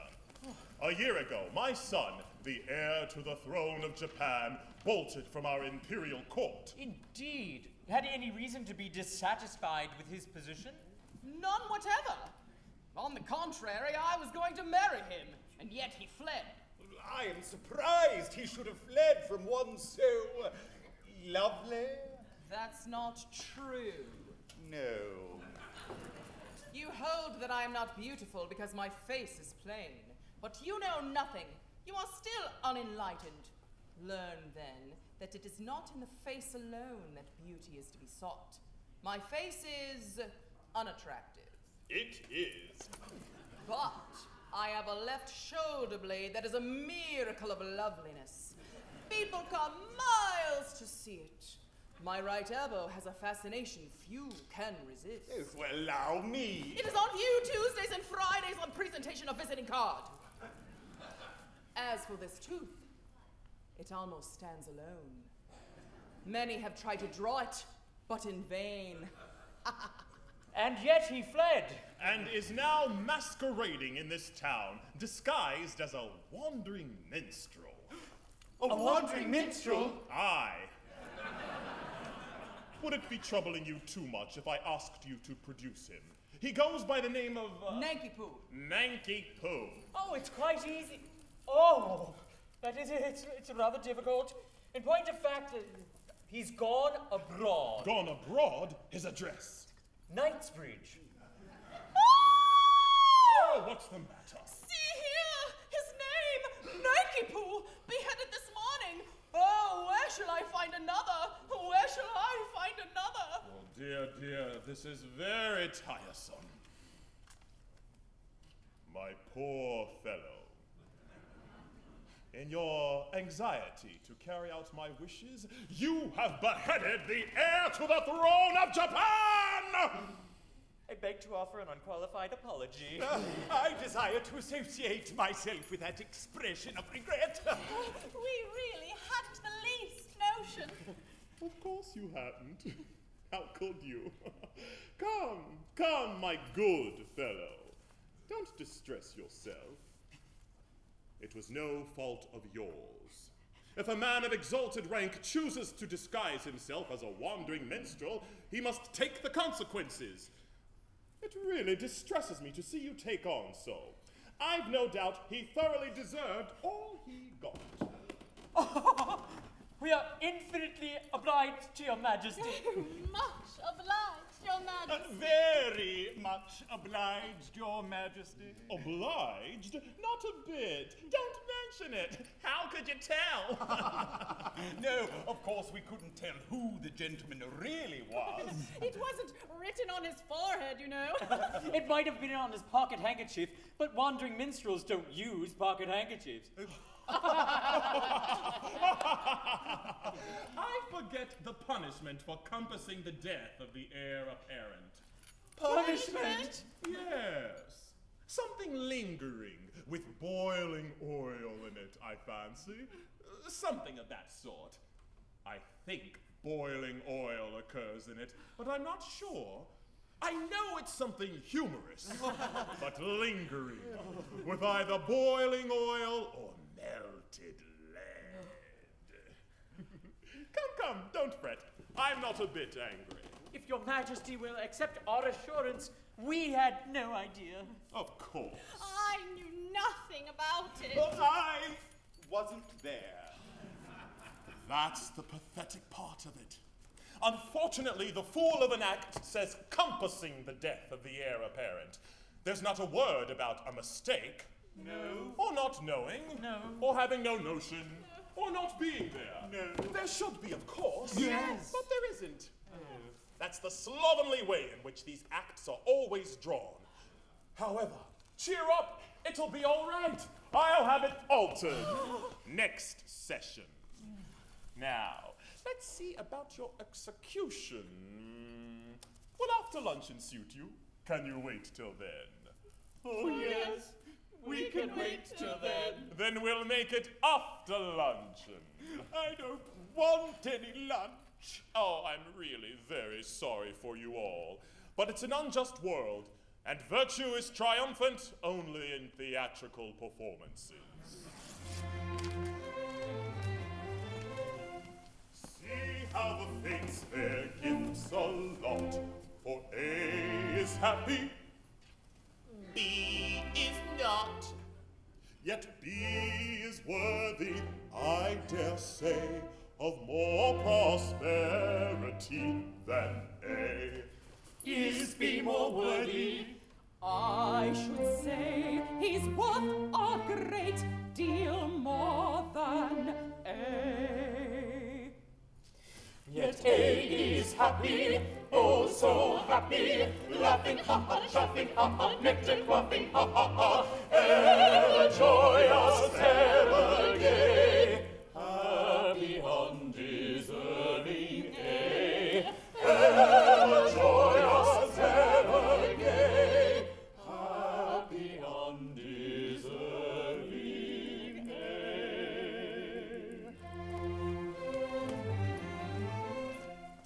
If I were fortune, which I'm not, he should enjoy A's happy lot, and A should die in misery. That is assuming I am B. But should A perish, that should he, of course assuming I am B. B should be happy, oh so happy, laughing, ha ha, chopping, ha ha, nectar quaffing, ha ha ha, but condemned to die is he, wretched meritorious B. But condemned to die is he, wretched meritorious B.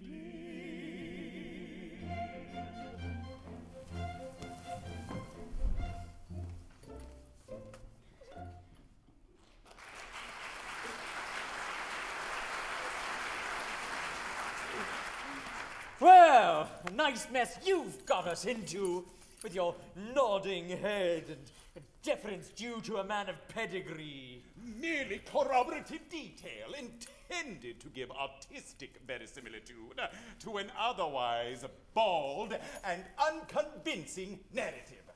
Corroborative detail indeed. Corroborative fiddlestick. You're just as bad as he is, with your cock-and-a-ball story about your catching his eye and his whistling in air. But that's so like you, Pity Sing. You must put in your oar. But what about your big right arm? Yes, and your snicker sneeze. Well, never mind that now. There's only one thing to be done. Nanky-Poo hasn't started yet. He must come to life again at once. Oh, here he is. Nanky-Poo, I've good news for you. You're reprieved. Ah, but it's too late. I'm a dead man and I'm off for my honeymoon. Nonsense, a terrible thing has just happened. It seems you're the son of the Mikado. Yes, but that happened some time ago. Is this a time for airy persiflage? Your father is here, and with Katisha. My father? And with Katisha? Yes, he wants you particularly. So does she. Oh, but he's married now. Bless my heart, what has that to do with it? Katisha claims me in marriage, but I can't marry her because I'm married already. Consequently, she will insist on my execution, and if I am executed, my wife will have to be buried alive. You see our difficulty. Yes, but I don't know what's to be done. There's one chance for you. If you could persuade Katisha to marry you... If you could persuade Katisha to marry you, she would have no further claim on me. And in that case, I could come to life without any fear of being put to death. I marry Katisha? I really think it's the only course. But my good girl, have you seen her? She's something appalling. Oh, that's only her face. She has a left elbow which people come miles to see. I'm told her right heel is much admired by connoisseurs. My good sir, I decline to pin my heart upon any lady's right heel. It comes to this. While Katisha is single, I prefer to be a disembodied spirit. When Katisha is married, existence will be as welcome as the flowers in spring.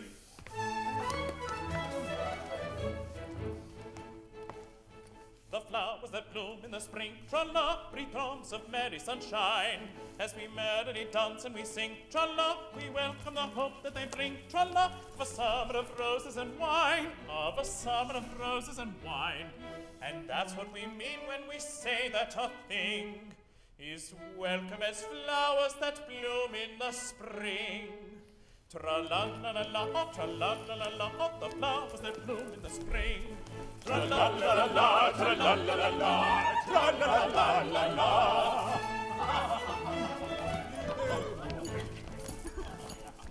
The flowers that bloom in the spring, tra-la, have nothing to do with the case.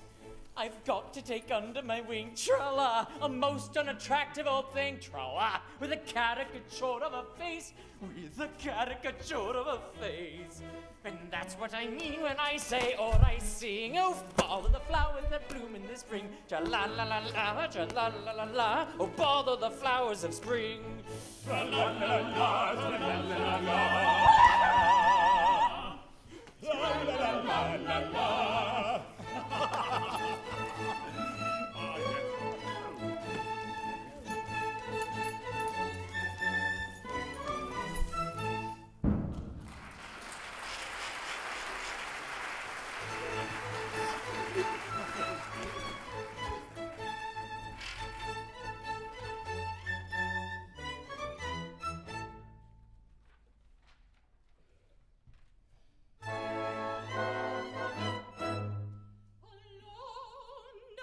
And yet alive. Oh, sepulchre, my soul is still my body's prisoner. Remote the peace that death alone can give. My doom to wait, my punishment to live.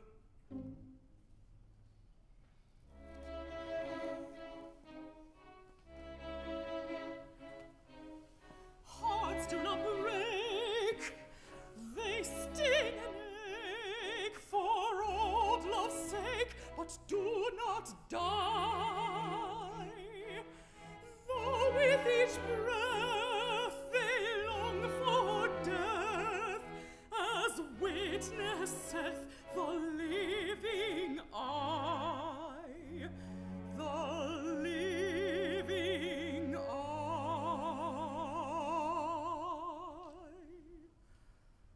Oh, living eye, come tell me why, when hope is gone, dost thou stay on? Why linger here where all is drear? Oh, living eye, come tell me why, when hope is gone, dost thou stay on? May not a cheated maiden die? May not a cheated maiden die?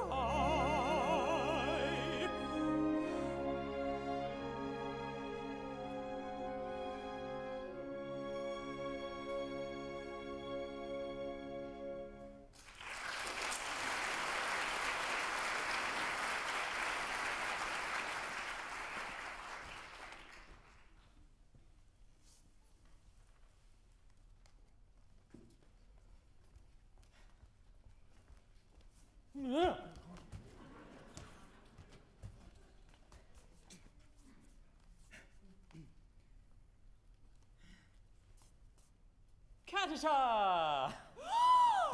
The miscreant who robbed robbed me of my love. But vengeance pursues. They are heating the cauldron. Kadishah, behold a suppliant at your feet. Kadishah, mercy. Mercy? Had you mercy on him? See here, you have slain my love. He did not love me, but he would have loved me in time. I am an acquired taste. Only the educated palate can appreciate me. I was educating his palate when he left me. Well, he is dead, and where shall I find another?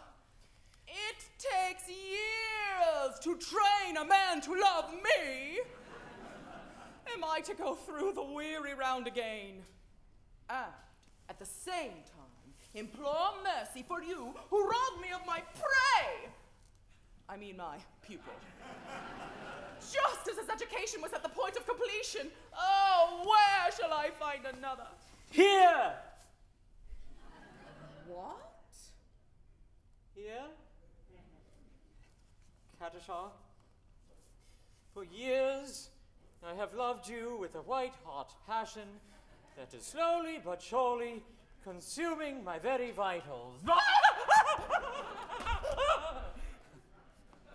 Ah, shrink not from me.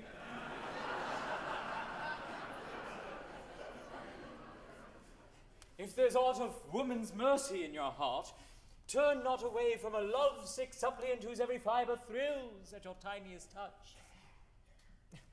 True it is that, under a poor mask of disgust, I have endeavored to conceal a passion whose inner fires are broiling the soul within me.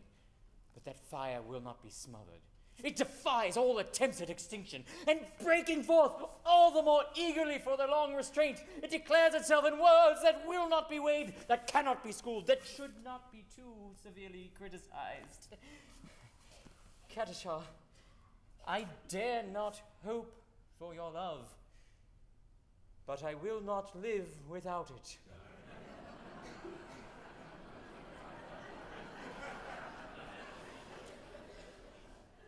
Darling, You, whose hands still reek with the blood of my betrothed, dare to address words of passion to the woman you have so foully wronged. I do.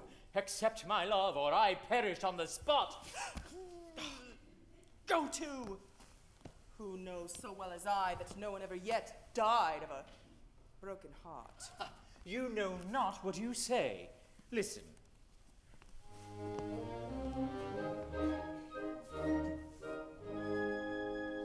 On a tree by a river, a little tomtit sang willow, tit willow, tit willow. And I said to him, Dicky bird, why do you sit singing willow, tit willow, tit willow?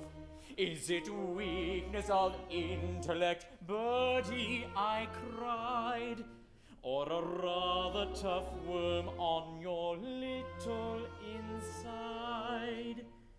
With a shake of his poor little head, he replied, Oh, willow, tit willow, tit willow.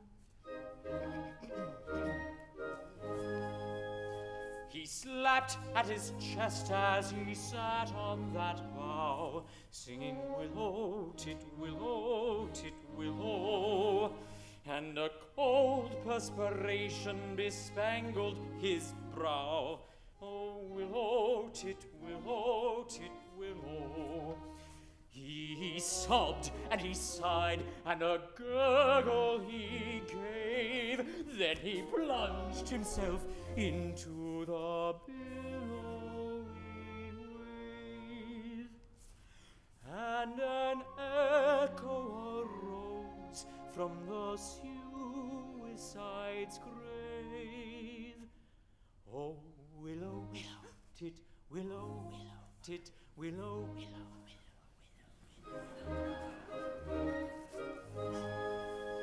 Now I feel just as sure as I'm sure that my name isn't Willow, tit willow, tit willow, that was blighted affection that made him exclaim, "Oh, willow, tit, willow, tit, willow." And if you remain callous and obdurate, I shall perish as he did, and you will know why. Though I probably shall not exclaim as I die, "Oh, willow, tit, willow, tit, willow."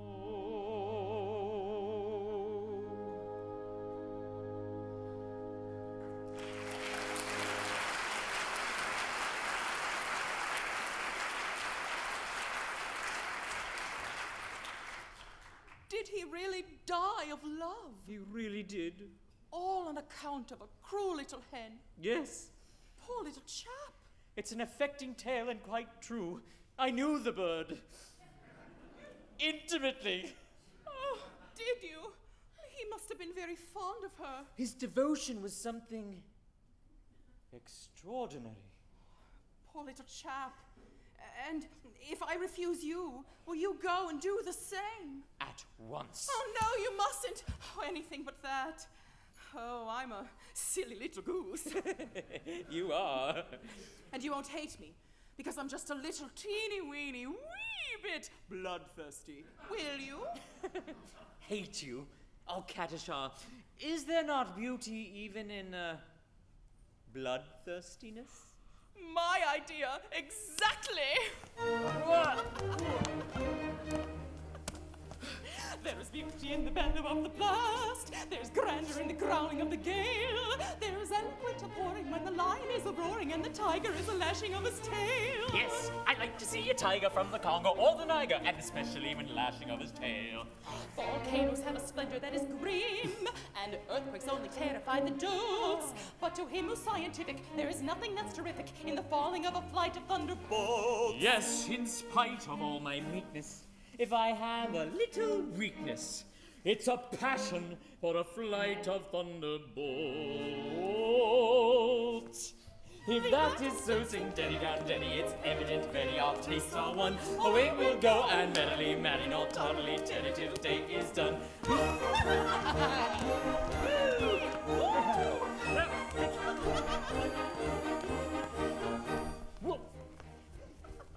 There's beauty in extreme old age. Do you fancy you are elderly enough? Information I'm requesting on a subject interesting is a maiden all the better when she's tough. Throughout this wide dominion, it's the general opinion that she'll last a good deal longer when she's tough. Are you old enough to marry, do you think? Yes. Won't you wait until you're 80 in the shade?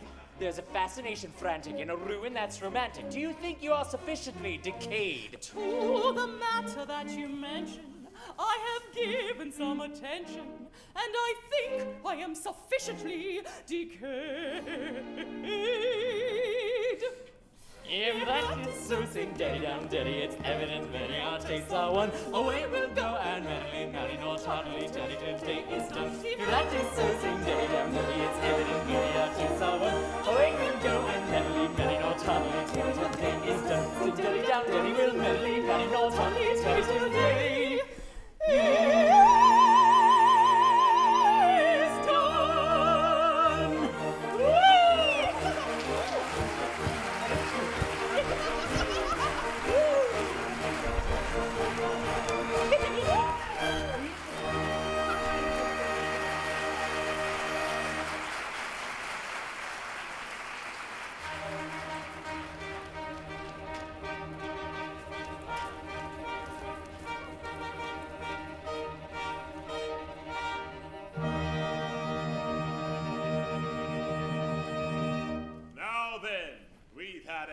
Capital lunch, and we're quite ready. Have all the painful preparations been made? Your Majesty, all is prepared. Then produce the unfortunate gentleman and his two well-meaning but misguided accomplices. Mercy for Coco! Mercy for Pity Sing! Mercy even for Pooh-Bah! I don't think I quite caught that remark. Mercy, even for Pooh-Bah. Mercy, my husband that was to have been is dead.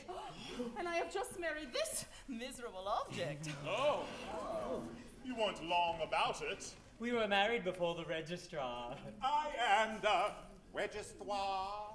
Yes, I see. But my difficulty is that as you have slain the heir apparent, I must... The parent is not slain. Oh, bless my heart, my son! Your daughter-in-law elected. Traitor! You have deceived me! Yes! You are entitled to a little explanation, but I think he will give it better whole than in pieces.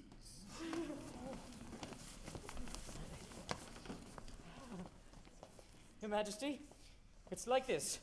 It's true that I stated that I had killed Nanky Poo. Yes, with very affecting particulars. Merely corroborative detail intended to give artistic verisimilitude. Will you refrain from putting in your oar?